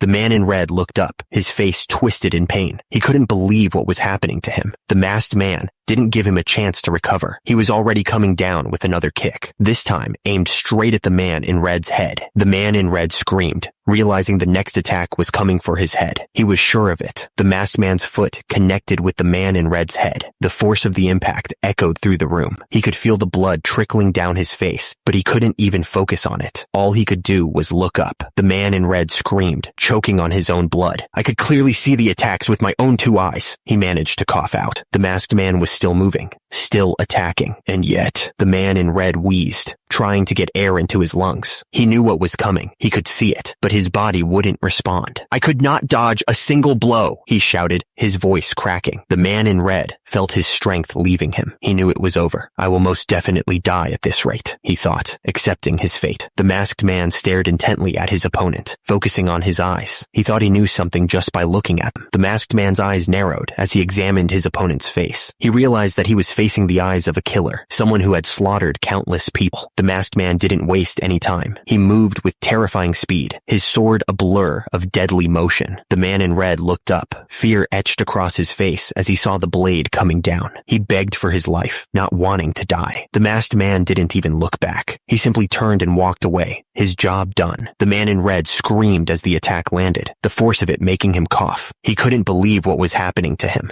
The energy erupted from the point of impact, tearing the earth apart. The force of it was massive. The air cleared, revealing the sky above the trees. The quiet was almost deafening after the explosion. A hand crackled with energy, the source of the devastating attack. The air around it shimmered with heat. The man gasped, sweat pouring down his face as he focused the energy. It was taking a lot out of him. The man's eyes widened in disbelief as he recognized the technique. Tai Yi godly palm technique, he asked, shocked. The man in red robes stared down at the masked figure, trying to understand what was happening. He could only manage to say, "You." The masked man looked up, his eyes glowing with a strange light. He demanded to know if the man in red was from the Southern Edge Sect. The masked man spoke with a cold edge to his voice, pointing out the ridiculous coincidences. He asked if the man ran an inn in the Hua Prefecture, led merchants to collect debts from the Manhwa sect, and just happened to be a practitioner of the Southern Edge sect's martial arts. The masked man stood over the man in red robes, his voice hard. He wanted to know if the man had been sent from the Southern Edge sect. The man in red robes cursed under his breath. He realized he shouldn't have used the Tai Yi godly palm technique, especially in front of someone from the Manhwa sect. The man in red robes' face twisted in frustration. He knew he'd made a critical mistake. The man in red robes tried to explain himself. He said if the masked man hadn't suddenly pulled out a sword and tried to cut him down, he wouldn't have used the technique out of panic. The masked man wondered how far ahead this whole thing had been planned, if it was intentional. When the man in red robes refused to answer, the masked man just tilted his head. The masked man said that was fine, and that the man's loyalty was respectable in some sense. He said that it was a very respectable choice. The masked man said he couldn't look down on the Southern Edge sect, even though there had been tensions between the Manhwa sect and the Southern Edge sect for a long time, he couldn't ignore the fact that the Southern Edge sect was prominent and held a firm position as one of the 10 great sects. The masked man scoffed, saying there was no way such a sect would take care of things so poorly. He seemed to find the whole situation ridiculous. The masked man figured the man on the ground probably didn't know much about the details himself. Even if he did, there was no way to make sure his information was valid. All the masked man needed to know was that he was related to the Southern Edge sect. The masked man spat out his words, full of rage. He cursed them, calling them bastards. The masked man continued, saying that even in the worst times, the martial arts world wasn't this dishonorable. He asked if one of the great sects was really trying to steal not just techniques, but the entire sect itself, and by scamming no less. He scoffed at how low they'd sunk.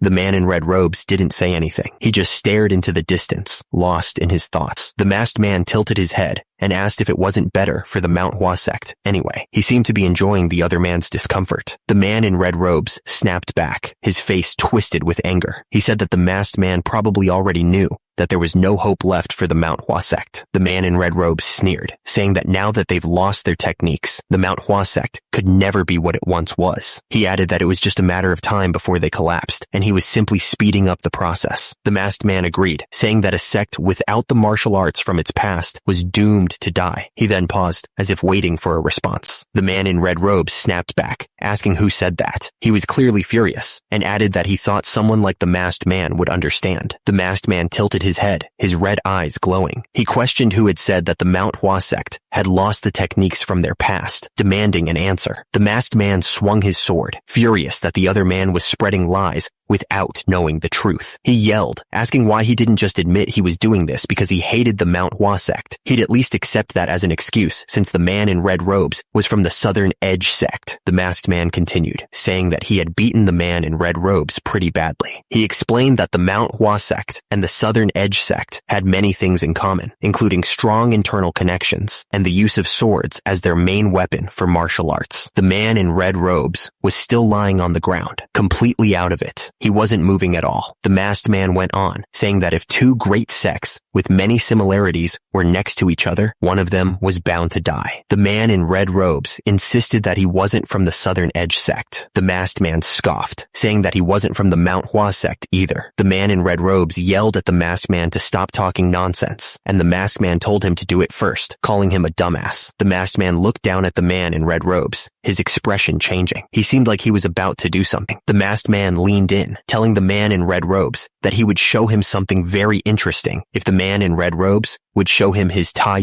godly palm technique. Down below, the man in red robes was being held at sword point by another person in black. The man in red robes was sweating, with the masked man's sword pressed against his throat. The masked man continued, saying that if the man in red robes knew what he was talking about, it would be a very interesting experience. The masked man tilted his head, the sword still at the man in red robes' throat. He added that it would be a shame if the man in red robes didn't know what he was talking about. The masked man stared intensely, telling the man in red robes to deliver what he said to the person who sent him there. In a flash, the masked man's sword moved, making a slicing sound. The man in red robes was absolutely terrified. He could feel the cold sweat running down his face as he realized the danger he was in. The masked man moved like a whirlwind, spinning so fast that he became a blur. His sword cut through the air with deadly precision. The man in red robes went flying through the air, completely helpless. The force of the blow knocked the wind out of him. The man in red robes was struggling to keep up with what was happening. He thought to himself that the masked man was so fast. Just swinging his sword created such a strong wind. The man in red robes was still trying to figure out what the masked man was doing. He wondered why the slashes weren't reaching his body and what the masked man was trying to do. The masked man was bleeding, but he didn't care. He declared that plum blossoms give off their strongest scent when they bloom in the snow.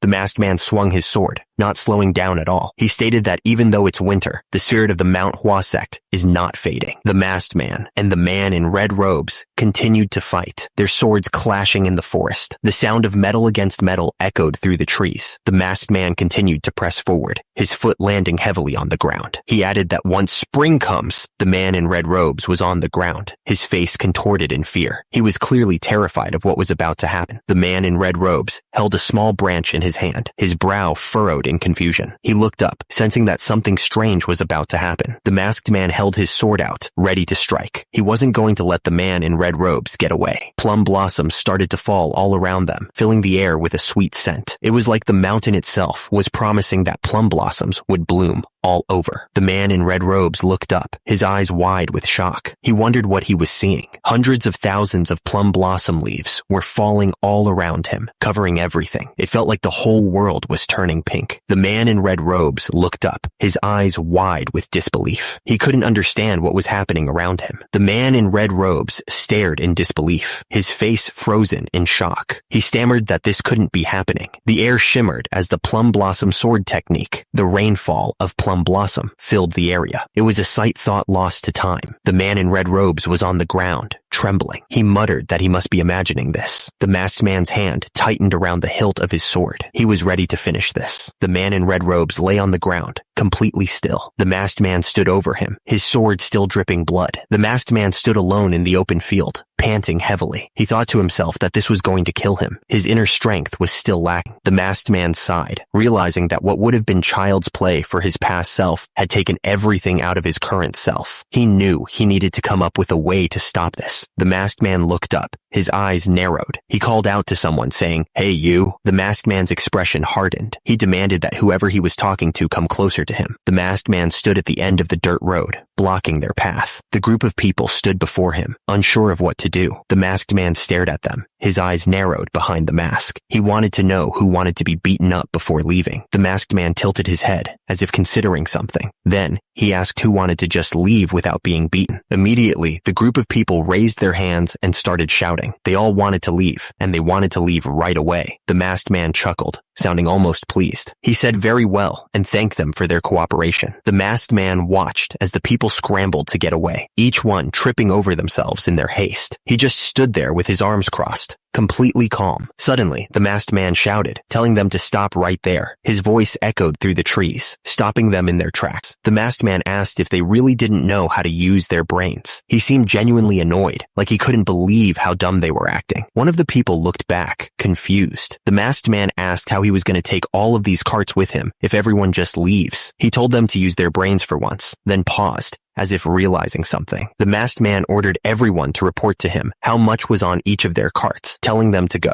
The people immediately responded with a loud, "Yes, sir." The people started shouting out the amounts of money they had, desperate to save themselves. One guy yelled that he had 1,800 nyangs. Another claimed 2,300, and the last one nervously squeaked out that he had 8,000 nyangs. The masked man scoffed, asking if they really had that much money. He told them that it wasn't important right now, calling them dumbasses. The masked man hummed to himself, thinking about the next step. He seemed to have an idea forming in his head. The masked man ordered one of them to go and get the money from the city of Zhenjiang. He told them that he was going to sell all of this to them for cash. The masked man warned them to bring the money under no name. He threatened to kill them if they didn't do that, admitting that he had never seen someone like him in his life. One of the merchants spoke up, wondering what would happen if the person sent to Zhenjiang didn't return. He was clearly worried about the potential fallout. The masked man scoffed at their concerns. He asked them what they even planned to do if they ran away, and if they had any money left besides the carts. The masked man pointed out that the carts were all they had left. He told them that if they wanted to get even those leftovers, they'd have to come back. The merchants looked at each other nervously, unsure of what to say. They were clearly trapped. One of the merchants finally spoke up, asking if they could report him to the government or something. He sounded desperate. The masked man stood over the merchants, sword raised high. The merchants were frozen in fear, knowing they were completely at his mercy. The merchants could only stare up at him, their faces etched with despair. They were nothing but small figures against the vast sky, completely helpless. The masked man stared down at them, a smirk hidden behind his mask. He told them they could try if they wanted, clearly confident that they couldn't. The masked man warned them not to come back, ever. He promised that if they did, he would hunt them down, no matter what it took, chasing them to the other side of the continent. The merchants looked at each other, their faces filled with fear. One of them sobbed, admitting that he couldn't think of any way to escape from this crazy person. Someone barked out orders to get moving. A trembling voice responded, agreeing with a sob. The sound of the bills rustling filled the air as someone counted a huge stack of cash. Each bill was crisp, and new, adding to the satisfaction. Chung Myung looked absolutely thrilled, holding the money close. He thought it was just great. Chung Myung laughed to himself as he ran. He was clearly having a blast. With a running start, Chung Myung leaped into the air. He cleared the wall with ease. The clear water flowed over the rocks in the river, and immediately, someone was drying off with a towel, out of breath. Joe Ghoul was drying off with a towel after training. He complained that today's training was exhausting and asked if they really needed to do this so early every morning. Joe Ghoul smiled. A lot had changed, he thought. They felt like an actual group of martial arts practitioners, but someone yelled at another not to spray water on them. Joe Ghoul noticed Sahyung was smiling and asked what was making him so happy. Sahyung looked at him, a little surprised by the question. Sahyung paused for a moment to think. He didn't know how to explain it. Sahyung finally said that it felt like they were an actual group of martial arts people. At that moment, someone else asked if that was really the case. Joe Ghoul admitted it was a strange thought to have since they've all been martial arts people this entire time. But Sahyung replied that it wasn't strange at all. Sahyung said he had been thinking the same thing. He seemed to be smiling with satisfaction. Joe Ghoul laughed, saying he couldn't have imagined training so hard at the Manhwa Sect just a few days before. He seemed happy with the progress they were making. Someone shouted for the group to start heading back. At the same time, Sahyung agreed, adding that they used to just try to kill time until it was time to climb back up the mountain. He sounded grateful for the change. Yoon Jong looked off into the distance, saying he could feel that things were changing. The young man seemed thoughtful as he spoke. Joe Ghoul commented that it was probably all thanks to Chung Myung. He seemed to be acknowledging the impact Chung Myung had on the group. He added that the guy was undoubtedly bringing changes to the Manhwa Sect. Joe Ghoul seemed impressed by the impact Chung Myung was having. The scene showed a landscape of trees and mountains. At the same time, it was said that although it's only a small breeze as of now, no one knows whether it will remain the same. The text continued, explaining that no one knows whether it will turn into a massive storm that will shake up the entire Manhwa Sect. But whatever the outcome, these changes will surely impact the future of the sect. Someone ran and shouted that they couldn't put that over there. He ordered them to keep it coming. Immediately after, another man yelled that he told them they would start putting things together after getting all the materials inside first, asking if they were deaf. The man continued to yell, warning that if they broke anything, they wouldn't be getting paid for the next month. He told them to come on and carry them faster. As a result, some workers were carrying materials. The same man continued to shout at the workers. At the same time, the workers were carrying the materials. Someone wondered what was happening and who all these people were. Meanwhile, workers were carrying materials into the temple. Someone shouted that something needed to go over there, not here. He seemed really angry about it. The man wondered about Great Sasuk. He looked really confused. Yoon Jong had returned. Someone asked what was going on there, looking surprised. The man realized they were all laborers. He seemed surprised by this. The man explained that they were planning to get the entire temple repaired. He added that the temple was old and not in the best shape. At the same time, two men were listening to him. The roof of the building looked old and worn. It was clear that it needed some work. The man asked what was holding them back. He seemed impatient, waiting for an answer. The man questioned why they weren't helping the workers. He pointed out that they seemed worn out from bringing the carts all the way there. He looked annoyed. The man shouted at them to hurry up and get to work immediately. The two men looked terrified and agreed right away. Chung Myung told the guys to get to work, laughing as he watched them. He seemed to enjoy bossing them around. Suddenly, the sound of murmuring came from inside the building. It was unclear what was going on, but something had clearly caught their attention. The disciples inside were staring at a whole cooked chicken on a plate. It was like they couldn't believe their eyes. The disciples wondered if they were dreaming. They couldn't believe they were seeing meat on the sect's dining table. How was this even possible? The disciples were absolutely amazed by the sight. Their mouths were hanging open in disbelief, completely shocked by the sudden change. The disciples cheered wildly, raising their arms in the air. They were shouting that it was meat, overwhelmed with joy at the sight of the feast. At the same time, someone lifted a piece of meat with chopsticks, savoring the moment. It was like a dream come true after so long. Sahyung thought to himself that the changes Chung Myung brought to the sect might be happening faster than anyone expected. Under the moonlight, someone muttered that they never thought something like this would happen. He was clearly still processing the sudden change in fortune. Meanwhile, a stack of new sect uniforms sat neatly folded. Another disciple added that they had suddenly started constructing construction work to repair the temple. Below, 2 disciples were wearing the new uniforms, looking quite pleased. One of them said that they saw meat on their dinner table, and on top of that, they even got 2 new sets of the Sect uniform, adding that he could still taste the meat in his mouth. Soo-young was smiling to himself, and someone asked him what he was thinking about. He looked pretty pleased with himself. Soo-young turned and replied that he was thinking about how great money was, laughing like a maniac. He was clearly enjoying the newfound wealth. Someone else said that they were amazed by it too. Although they had suddenly gotten their hands on a large sum, it was still hard to believe. Another disciple chimed in, saying that he never thought the higher-ups would bring sudden changes like these. He was still processing the rapid shift in their circumstances. Someone wondered if the leaders had enjoyed being broke the entire time. He added that they had been living poor because they had no choice in the matter. Someone commented that they had never seen Great Sask laugh so brightly. He was laughing so hard that they thought he didn't even know how to laugh. It was a pretty rare sight, apparently. Soo-young was then asked what they should do from now on. The guy seemed to be looking for guidance. Soo-young replied that he was sure they already knew that Manhwa Sect had been going through rapid changes. He added that they should be prepared for what more was to come. Someone else repeated, a bit unsure, that they should prepare for changes. He seemed to be thinking about it. Another disciple chimed in, saying that this wasn't just a matter of financial prosperity. She looked thoughtful. Someone asked if the other had seen the secret martial arts books inside the chest. The other guy confirmed that he saw them too. Chung Myung tripped over a pile of chests and gold bars. He pretended it was an accident, but he revealed the hidden stash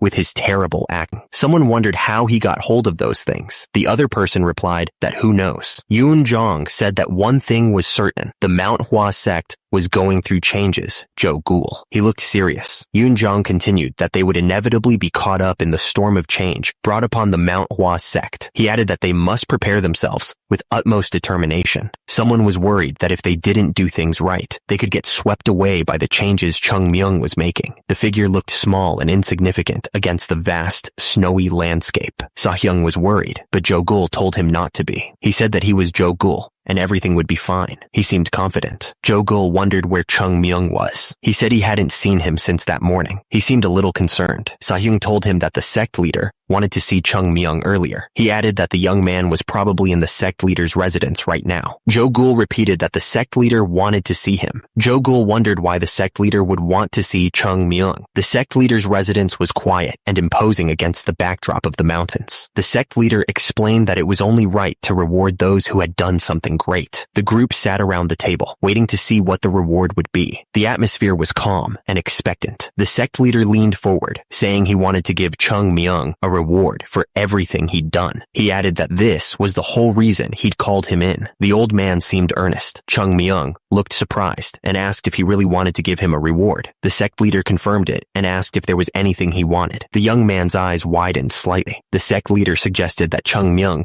might still want the money he'd given to the Manhwa Sect. He offered to return some of it if he wanted. He seemed to be considering the offer. Chung Myung said he wasn't really interested in wealth. The sect leader asked if he was sure he didn't want it. He explained that he wouldn't have anywhere to spend it on Manhwa anyway. The sect leader thought that Chung Myung understood the way of the Tao. He added that it wasn't easy to let go of attachments to wealth. The old man seemed impressed by the young man's lack of interest in money. At the same time, Chung Myung was thinking that the sect leader probably couldn't give him much wealth anyway. He already had more than enough in his secret storage. The young man looked uninterested. The sect leader suggested that Chung Myung could tell him something else he wanted. He offered to allow him to learn an advanced technique that he normally wouldn't be allowed to learn yet. But Chung Myung replied that he didn't really want techniques either. The sect leader asked if Chung Myung didn't want them either. He seemed surprised and asked if he wasn't interested in learning advanced techniques. The old man was clearly trying to find something to offer. Chung Myung said that there must be a reason their ancestors established an order in which they learned the techniques. The sect leader realized that he was right. He agreed that there was a proper order to things. Chung Myung scoffed at the idea of following the traditional order. He thought that he should be the one teaching the sect leader advanced techniques. The young man seemed annoyed by the whole situation. He knew that there were so many techniques that he needed to teach them. The young man wanted to give them all the techniques he knew. He wondered how he could hand them over the techniques naturally. Chung Myung was starting to get a headache from thinking so hard. He didn't think he should have to think so hard about something like this. He wondered what he wanted as a reward. The young man also thought about what else he could do for the Manhwa sect, of which only its name remained. He was determined to help the sect. Suddenly, the sect leader had an idea. He seemed to have realized something important. Chung Myung asked if he could go to the Hwa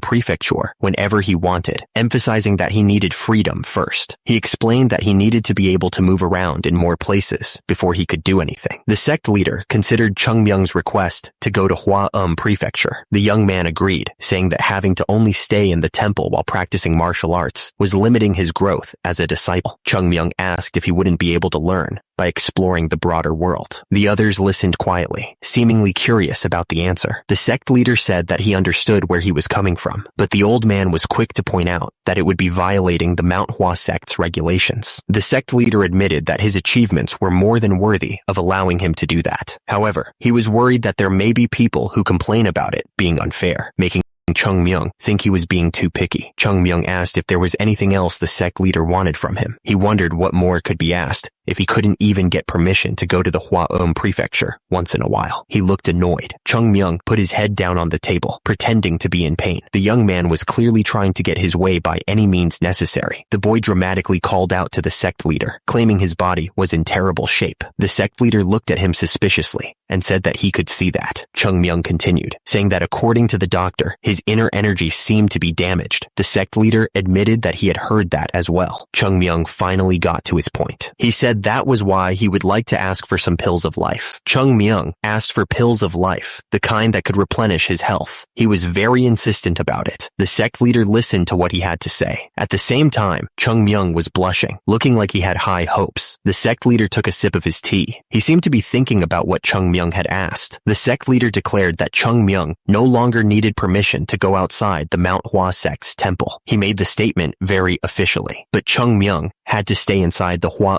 prefecture. The boy was confused because the sect leader had said he wouldn't allow that. The sect leader said that Chung Myung would need to take full responsibility for what happened when he was outside the Manhwa sect's temple. He finished with, "That's all," and immediately, Chung Myung was at the door. He asked the sect leader about the pills of life. Chung Myung was still standing at the door, waiting. He looked confused because the sect leader wasn't answering. Chung Myung shouted, asking what the hell. He demanded the sect leader give him some pills of life because he was dying out there. But the sect leader responded that he didn't even have pills of life for himself, calling the young man a brat. He said he'd rather die than suffer like that. The sect leader put his hand on the door, ready to leave. He asked what the other person thought about Chung Myung. He was curious about their opinion. Hyun Song replied that Chung Myung definitely understood the way of Tao. He added that the sect leader felt that as well. He seemed confident in his assessment. The sect leader said that although Chung Myung was a young child, he could sense his wisdom from the way he spoke. He was clearly impressed by the boy's maturity. The others listened intently. Hyun Sang agreed that even though he came off as rough at times, considering his young age, it was understandable. He nodded in agreement. He thought that Chung Myung's behavior was acceptable. Hyun Sang continued, saying that when he talked to Chung Myung, it didn't feel like he was a young child. He seemed to be in awe of the kid. The man was very impressed. The sect leader thought to himself that it wasn't just the way Chung Myung spoke that was so striking. He couldn't sense any childishness from the boy. He was trying to find the right words to describe it. The sect leader continued to ponder, admitting that he could sense the spirit of a Taoist from him. To think that he could feel that from a child was unbelievable. He couldn't find a better way to describe it. The sect leader turned to Hyun Sang and asked what he thought about Chung Myung. He looked at him expectantly. Hyun Sang seemed surprised by the question. Hyun Sang replied that he didn't really have an eye for evaluating people, especially not like the sect leader. However, he figured that the sect leader must have felt something special when he saw Chung Myung, right? The sect leader thought about it for a moment. He mused that Chung Myung was like a child that was not childish. He seemed to be deep in thought. Hyun Sang looked thoughtful as he spoke. He said that the sect leader wasn't the only one who felt that way about the kid. He seemed to be agreeing with the sect leader's assessment. The sect leader listened intently. He explained that children who are deep thinkers or have lived hard lives tend to develop such characteristics. He gestured slightly with his hand as he spoke. The sect leader continued, his expression serious. He clarified clarified that it wasn't just about being mature for his age. He felt that the way Chung Myung talked and acted made him seem like an actual adult, even an old man. Hyun Sung paused, a concerned look on his face. He asked if that meant Chung Myung was corrupt inside, but he immediately added that he didn't mean it that way. He seemed to be thinking something over. The sect leader didn't reply immediately. He just stared off into the distance, deep in thought. The silence hung heavy in the room. The man with his back turned said he understood the sect leader's point. He told them not to read too much into things, reminding them that Chung Myung was just a kid. The sect leader agreed with him immediately. The sect leader explained that the Manhwa sect existed to nurture people, not to use them. He added that if they found a great talent, they needed to help them grow and guide them through any problems they faced. Hyun Sang replied that he was absolutely right. He seemed to be agreeing with everything the sect leader said. The sect leader then turned to Onam, asking how the construction was coming along, but he trailed off with a simple "oh" as he waited for the report. Onam reported that because the mountain was so steep, they were having trouble getting enough wood for the construction. Down below, workers struggled to cut and move the heavy logs. The worker smoothed out the log with his plane. He explained that even though they were cutting down all the trees they could find, it still wasn't enough. He added that they would still need a few more days to dry and trim the trees they had already cut down. The sect leader, Hyun Jong, listened intently and just said he understood. Onam then asked if the sect leader was upset that he cared so much about the temple's appearance, especially since they finally had some money to spare. He seemed worried about how his efforts were being perceived. Hyun Jong laughed, telling him not to worry and to understand that he had good intentions. He added that the Manhwa sect needed to be rebuilt after all. The sect leader explained that when people made new resolutions, they needed to organize their surroundings and correct their behavior. He said that this was the most effective way to communicate those resolutions to the disciples. Hyun Jong clasped his hands together and agreed, saying that the sect leader was absolutely right. He looked calm and collected as he spoke. Hyun Young then turned to Se-young, asking him to finish interpreting the new techniques they had acquired as soon as possible. The other man, Sa-hyung, turned to face him and listened intently. Hyun Young warned that they couldn't afford to make any mistakes because the fate of the entire Manhwa sect depended on how well they taught those techniques to the disciples. The weight of responsibility was heavy on their shoulders. Hyun Sung clasped his hands together, bowing his head slightly. He promised that he would make sure not even the slightest mistake was made during the interpretation. The sect leader looked at both Hyun Young and Hyun Sung. He told them that he was putting his full trust in the two of them to get the job done right. Hyun Jong wondered if he should tell him right now. He was deep in thought, his brow furrowed with concern. The sect leader seemed to be weighing his options carefully. He thought that the technique books were strangely new, considering it had been at least 100 years. The sect leader looked doubtful as he considered the possibilities. Hyun Jong continued thinking that he hadn't noticed when they first discovered it because he was in shock, but there were even ink marks, almost as if someone was in a rush writing the books. The sect leader then thought that he would be going too far. After all, the contents of the books were without a doubt the real deal. He shook his head, dismissing the idea. Hyun Jong realized that meant there was someone who was helping the Manhwa sect, but had to keep their identity a secret. The sect leader wondered who would do such a thing.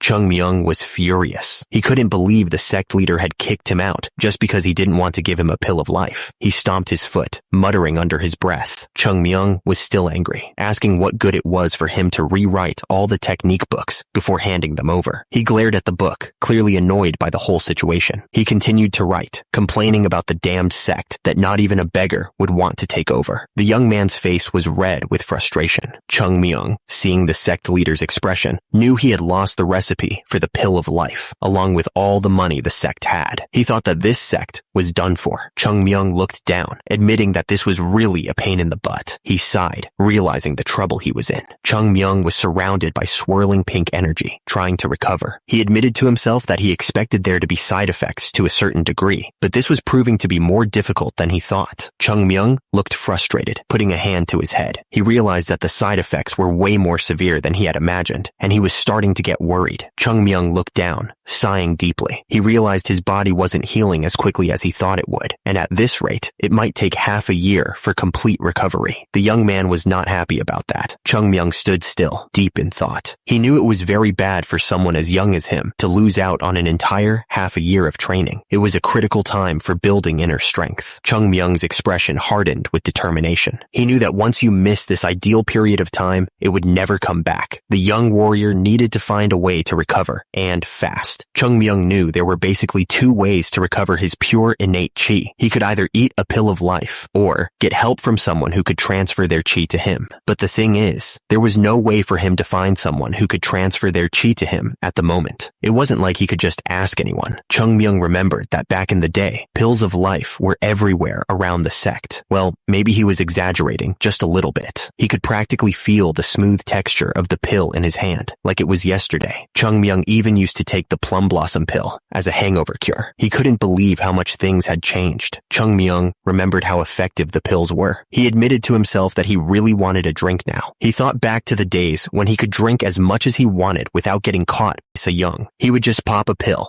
and the hangover would be gone instantly. The young boy was lost in his memories, thinking about the good old days and how easy things used to be. He paused for a moment, and then it hit him. Hangover relief? Chung Myung's eyes widened as he realized something important. A thought sparked in his mind. His eyes darted around as he remembered something. He knew where they were. The young man's face lit up with excitement, a plan forming in his mind. Pills of life. Chung Myung's eyes sparkled with determination as he remembered the secret place. He was ready to go get them, no matter what it took. Chung Myung sprinted through the forest, determined to find the secret stash. He was sure that the pills were hidden somewhere around here. He kept running, pushing himself through the dense forest. He repeated to himself that the pills should be right there, somewhere close. The young boy ran faster, reminding himself that his bad memory was actually helping him this time. He was getting closer to the pills. He could feel it. The moon hung high in the sky, casting a pale light over the forest. Chung Myung finally stopped, panting heavily as he looked up. He was sweating, and his heart was pounding in his chest. Chung Myung stood at the bottom of a massive cliff. The air was thin, and the climb looked almost impossible. The cliff was known as the ruggedly disconnected cliff. Just looking at it made his stomach drop. It was said to be the most dangerous and steep cliff among the 5 great mountains. The legends surrounding it were enough to scare anyone away. Chung Myung looked up, realizing the place he was searching for was somewhere in the middle of this incredibly steep cliff. He muttered to himself that he must be crazy to even consider this. This was a secret place that only Chung Myung knew about, even within the Manhwa sect. And in the middle of the cliff, there was a small cave that could only be found by climbing up the cliff. Chung Myung thought that this cliff was off limits to disciples for training because it was too dangerous. But thanks to that, he had found the best place to hide from Se-young. He admitted it had been a great help to him. He realized that he had been able to do things like drink without being seen by Se-young, or eat meat without being seen by Se-young. He could even take a midday nap without Se-young noticing. Chung Myung wondered why Se-young even let him live. Even when he thought back to it, he wouldn't have left someone like him alive. Chung Myung knew that wasn't what was important right now. Anyway, he prepared himself for what was to come. Somewhere up there, Chung Myung knew that the pills of life he hid away in his past life were waiting. He was determined to find them. Chung Myung looked up at the cliff. He thought that if it was his past self, he would have been able to get up there with only 2 jumps, but he knew there was no way he could climb up with his current body. Chung Myung kept walking. However, he had an idea in mind. Chung Myung walked along the edge of the cliff, dragging a rope behind him. He seemed to be searching for something specific. Chung Myung stood at the edge of the cliff, looking down at the steep drop. He wondered what if he climbed down instead of climbing up. Chung Myung peered over the edge, his face showing a mix of excitement and fear. The young man realized that the only problem about it was that it's about 10 times more dangerous. Chung Myung told himself that he only lived once, so he should just go for it. He looked determined to face whatever was coming next. He quickly corrected himself, realizing that it was technically his second life. The young man was still getting used to the idea of reincarnation. He was having second thoughts. This was going to be harder than he thought. He was getting really frustrated with the whole situation. He had to find a way to make this work, Chung Myung shouted, wondering why it was so damn hard to revive the Manhwa sect. He was starting to feel like it was an impossible task. The steepness of the cliff wasn't the only reason it was banned as a training ground for the disciples. The text wondered why the ruggedly disconnected cliff was named that way. It was a mystery that needed solving. Just as its name suggested, it was a very rugged and steep cliff. There wasn't anywhere to step or grab on. The climber looked like he was in a really tough spot. The climber's foot slipped off the rock face. He was starting to fall. He looked like he was in real trouble now. In other words, this cliff was very difficult to climb. It was clear that this was no ordinary training ground. The challenge was immense. The climber fell through the air, arms outstretched. He was completely helpless. It looked like a long way down. Chung Myung was falling, and he knew it was over. He screamed that he was gonna die. The view from below showed just how far he was falling. He was really going to die, he thought. Suddenly, he stopped falling. He was hanging from a rope, suspended in mid-air. The rope had saved him, he realized. That was why you had to be prepared, he thought to himself. But then he started sliding down the rope. He quickly used the QI suction technique. The young man was trying to stop himself from falling any further. Chung Myung focused intensely, trying to absorb as much chi as possible. He needed to stop himself from sliding down any further. The effort was visible as energy gathered in his hands. Chung Myung was still hanging on the cliff, trying to hold on. He was clearly struggling, but he was determined to make it. He had to find a way to survive this. Chung Myung was in pain as he hung there. He complained that his bones were breaking like twigs. This body was too weak, he thought with frustration. Chung Myung looked up, his expression changing. He realized something important, a glimmer of hope in his eyes. Chung Myung could see it. He realized that he could see the entrance to his hideout. The rope he had prepared according to the estimated distance was barely able to reach the entrance.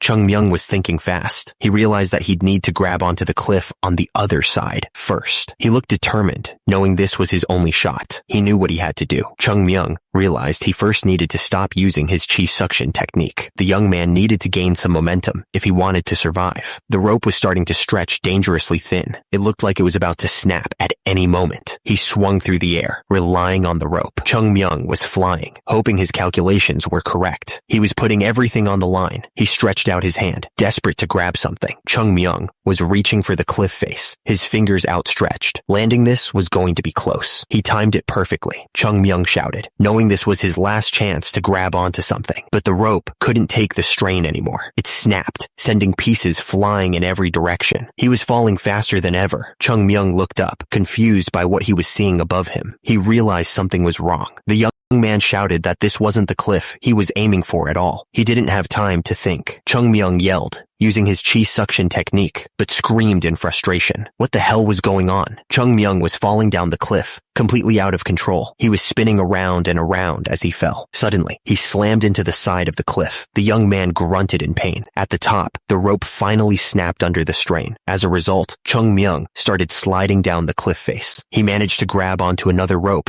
that was hanging down. The warrior dangled there, trying to catch his breath. He hung there in silence, thinking about his situation. The young man was really in a tight spot. Chung Myung landed hard on the ground. He was completely still for a moment, not moving a muscle. It looked like he had finally stopped falling. Chung Myung suddenly sat up, looking furious. He yelled that the Plum Blossom Sword Saint was a crazy bastard. He looked around at the cave. At the same time, he wondered what the Plum Blossom Sword Saint had been thinking, making a hideout in a place like this. He looked even more confused. The warrior wondered if he had gone crazy because of all the training. Chung Myung's eyes widened in realization. Oh, right, he thought. That's him. Chung Myung was lying on the ground of the cave. He was talking to himself and said that he had somehow managed to get into the cave, even though he almost died doing it. He was still holding onto the rope. His hand was gripping it tightly, showing how close he had come to falling to his death. Chung Myung then threw a cloth onto the ground. The sound echoed through the cave as the cloth landed with a soft thud. Chung Myung got up and looked around. He could see a bed, a table, and other supplies in the small hideout. Chung Myung noticed a nightlight crystal. He wondered why the Plum Blossom Sword Saint would bring something like that to a hideout, and how much it was worth. Chung Myung was standing in the cave, looking at the nightlight crystal. He was talking to himself, realizing that he was the Plum Blossom Sword Saint. He admitted that he kept forgetting about it. There was a sound of something heavy dropping. Chung Myung looked absolutely exhausted, his face covered in dirt and sweat. He was breathing heavily, trying to catch his breath. Suddenly, there was a ray of hope. A treasure chest and a jar came into view. This was it, the moment he had been waiting for. Chung Myung was standing in his old hideout, looking around. He said to himself that the plum blossom pills he had hidden away should be there. The young man was hoping they would help him recover his body.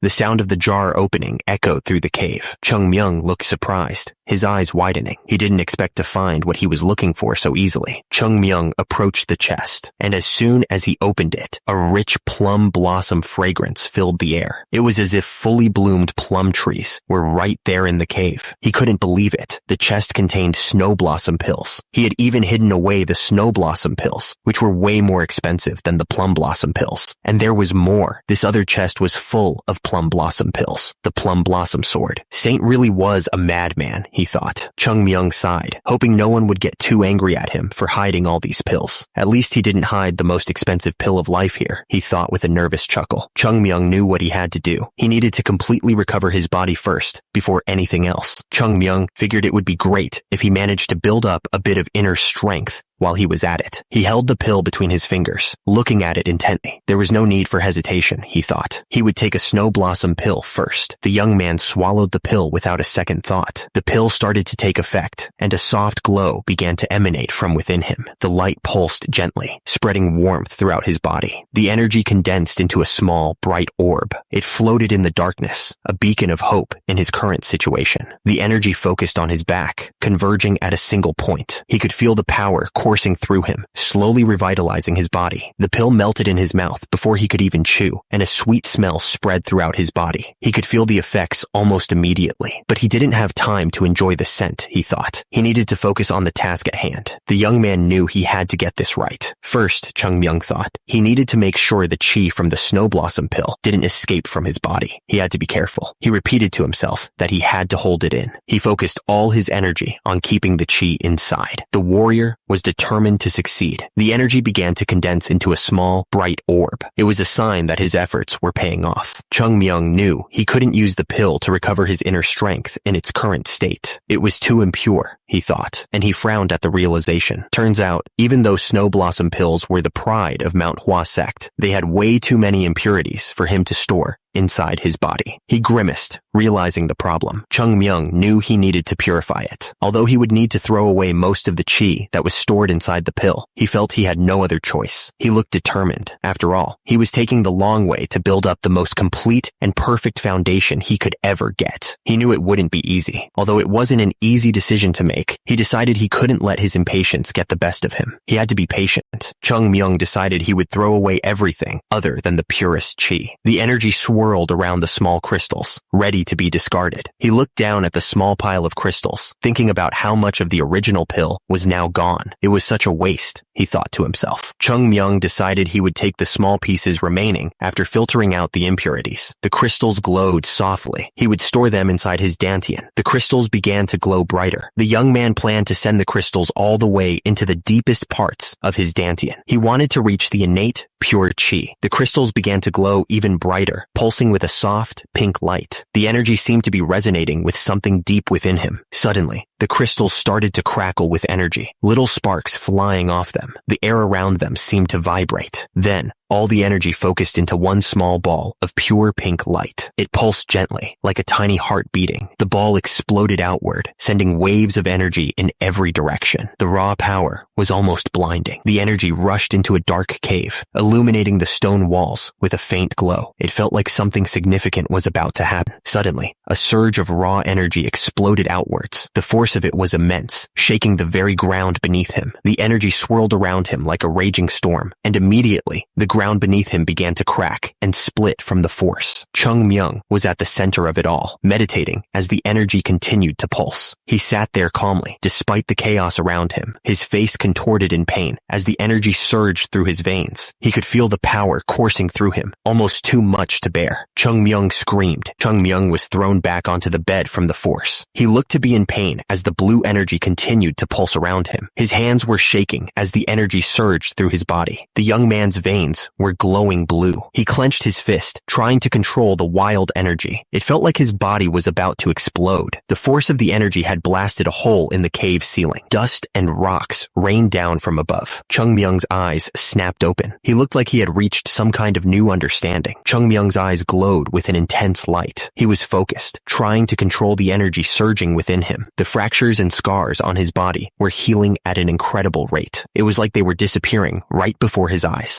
The wounds closed up in an instant. He was shocked by the speed of his recovery. The young man realized his bones even felt sturdier than before. Chung Myung was amazed. He realized this young body was very compatible with the chi from the pills, which made its effects greater than he had expected. He hadn't thought it would be this good. On top of that, the remaining impurities in his body started leaking out all over him. The impurities were visible as dark droplets running down his skin. Chung Myung could feel like his meridians were expanding. It felt like his body was changing from the inside. He didn't know what was happening, but it felt intense. He was surprised. Chung Myung wondered why his heart was beating so fast. The young man felt like it was going to explode out of his chest. Chung Myung gritted his teeth in pain. He could feel something breaking inside him, and it hurt like hell. The warrior was trying to endure it. The chi from his lower dantian had broken through the middle dantian. It was like a dam had burst, and the energy was flowing uncontrollably. He was in a state of risk regarding his upper dantian. It felt almost like a massive ocean wave crashing over him. Chung Myung realized he couldn't control it. He was losing control of the energy inside him. Chung Myung could feel the energy surging through him.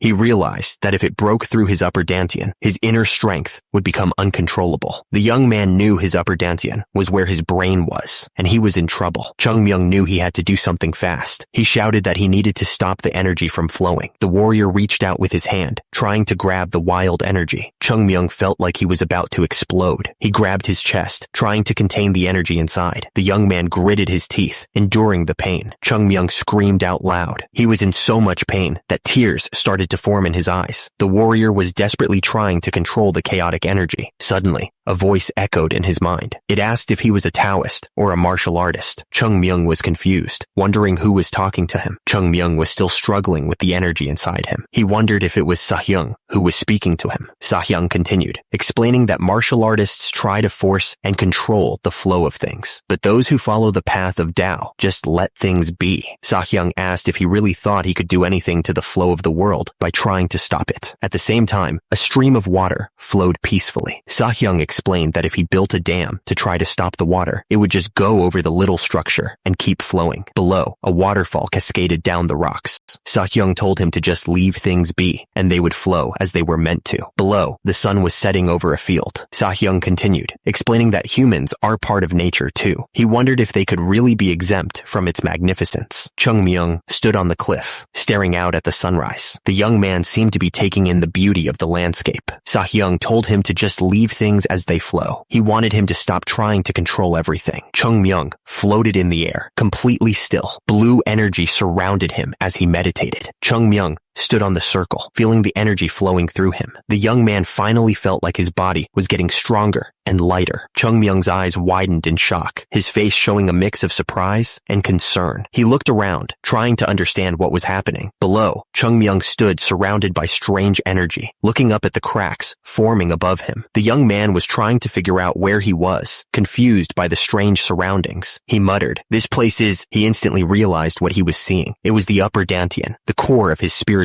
energy. Chung Myung knew intuitively where he was. The warrior understood that he was inside his own body, a place he hadn't expected to see so damaged. Chung Myung stared at the cracked wall in front of him, realizing it was the entrance to his upper dantian. The young man wondered just how badly his body had been damaged. Chung Myung reached out, his hand touching the dark, cracked surface. The tension in the room was heavy, and he could feel the unstable energy building up behind the wall. Chung Myung focused his energy, a bright blue light emanating from his hand. He looked determined, trying to assess the situation and control the chaotic chi. Chung Myung could feel the vibration growing stronger. He realized that he could sense a massive vibration coming from beyond the wall. Chung Myung realized it was only a matter of time before the chi broke through to the upper dantian. As a result, the energy inside was already reaching critical levels, threatening to burst out. Chung Myung knew it was in a riskier state than he had thought. On one hand, if he didn't open the wall, it would eventually collapse, but if he did it too quickly, the upper dantian would be swept away by the chi.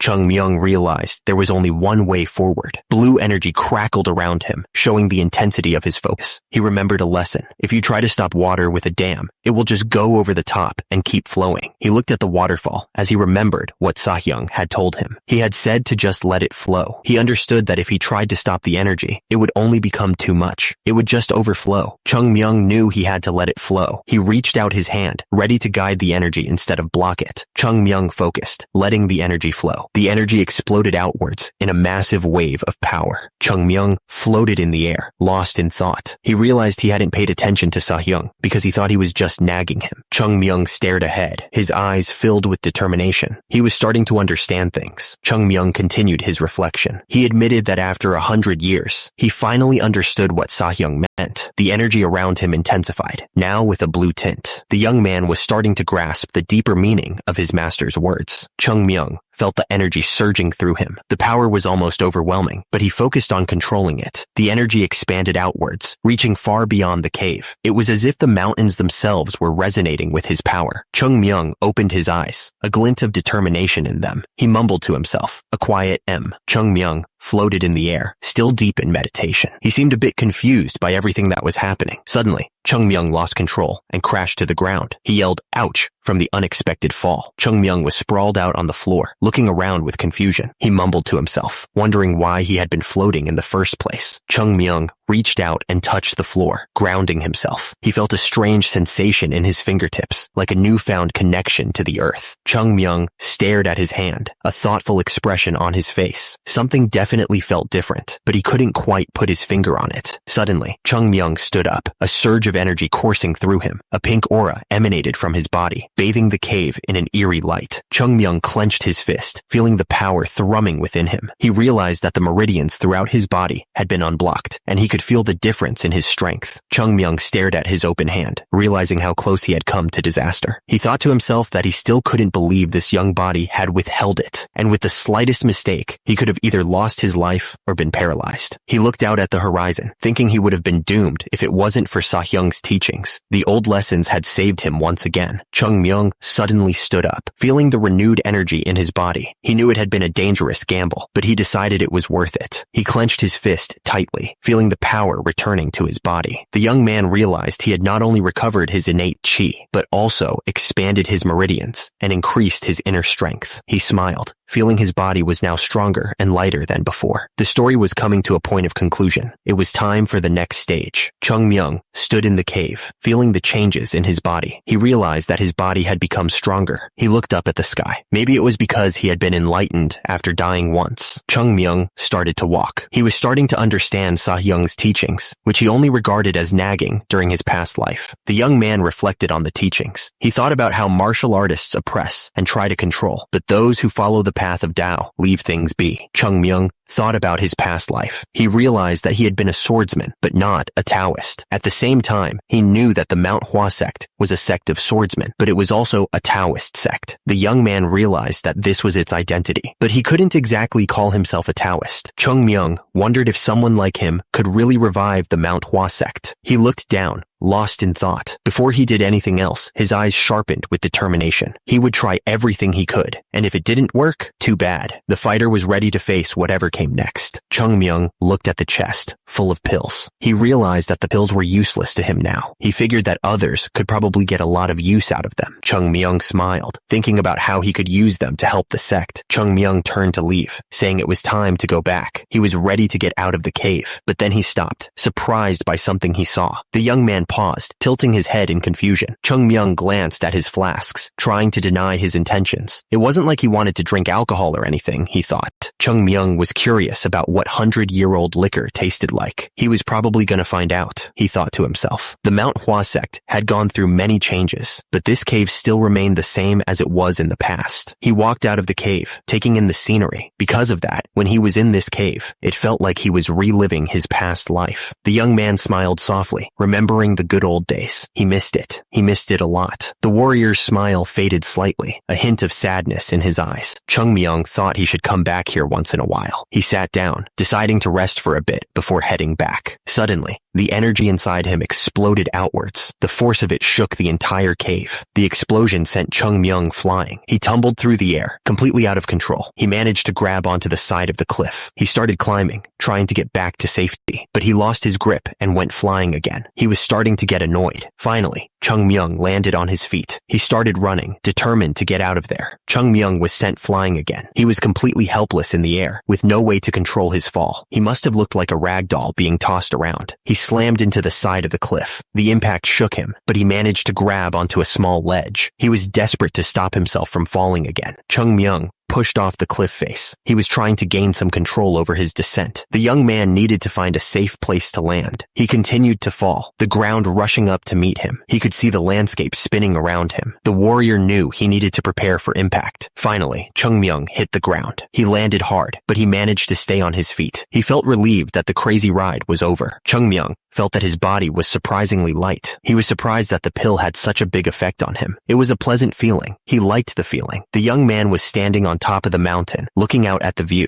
The air felt clean. The air above him felt very fresh. But Chung Myung started sniffing, confused by something. He was trying to figure out what the smell was. Chung Myung suddenly started yelling about what the hell the smell was. He couldn't believe that something like this came out of his body. The warrior was absolutely disgusting.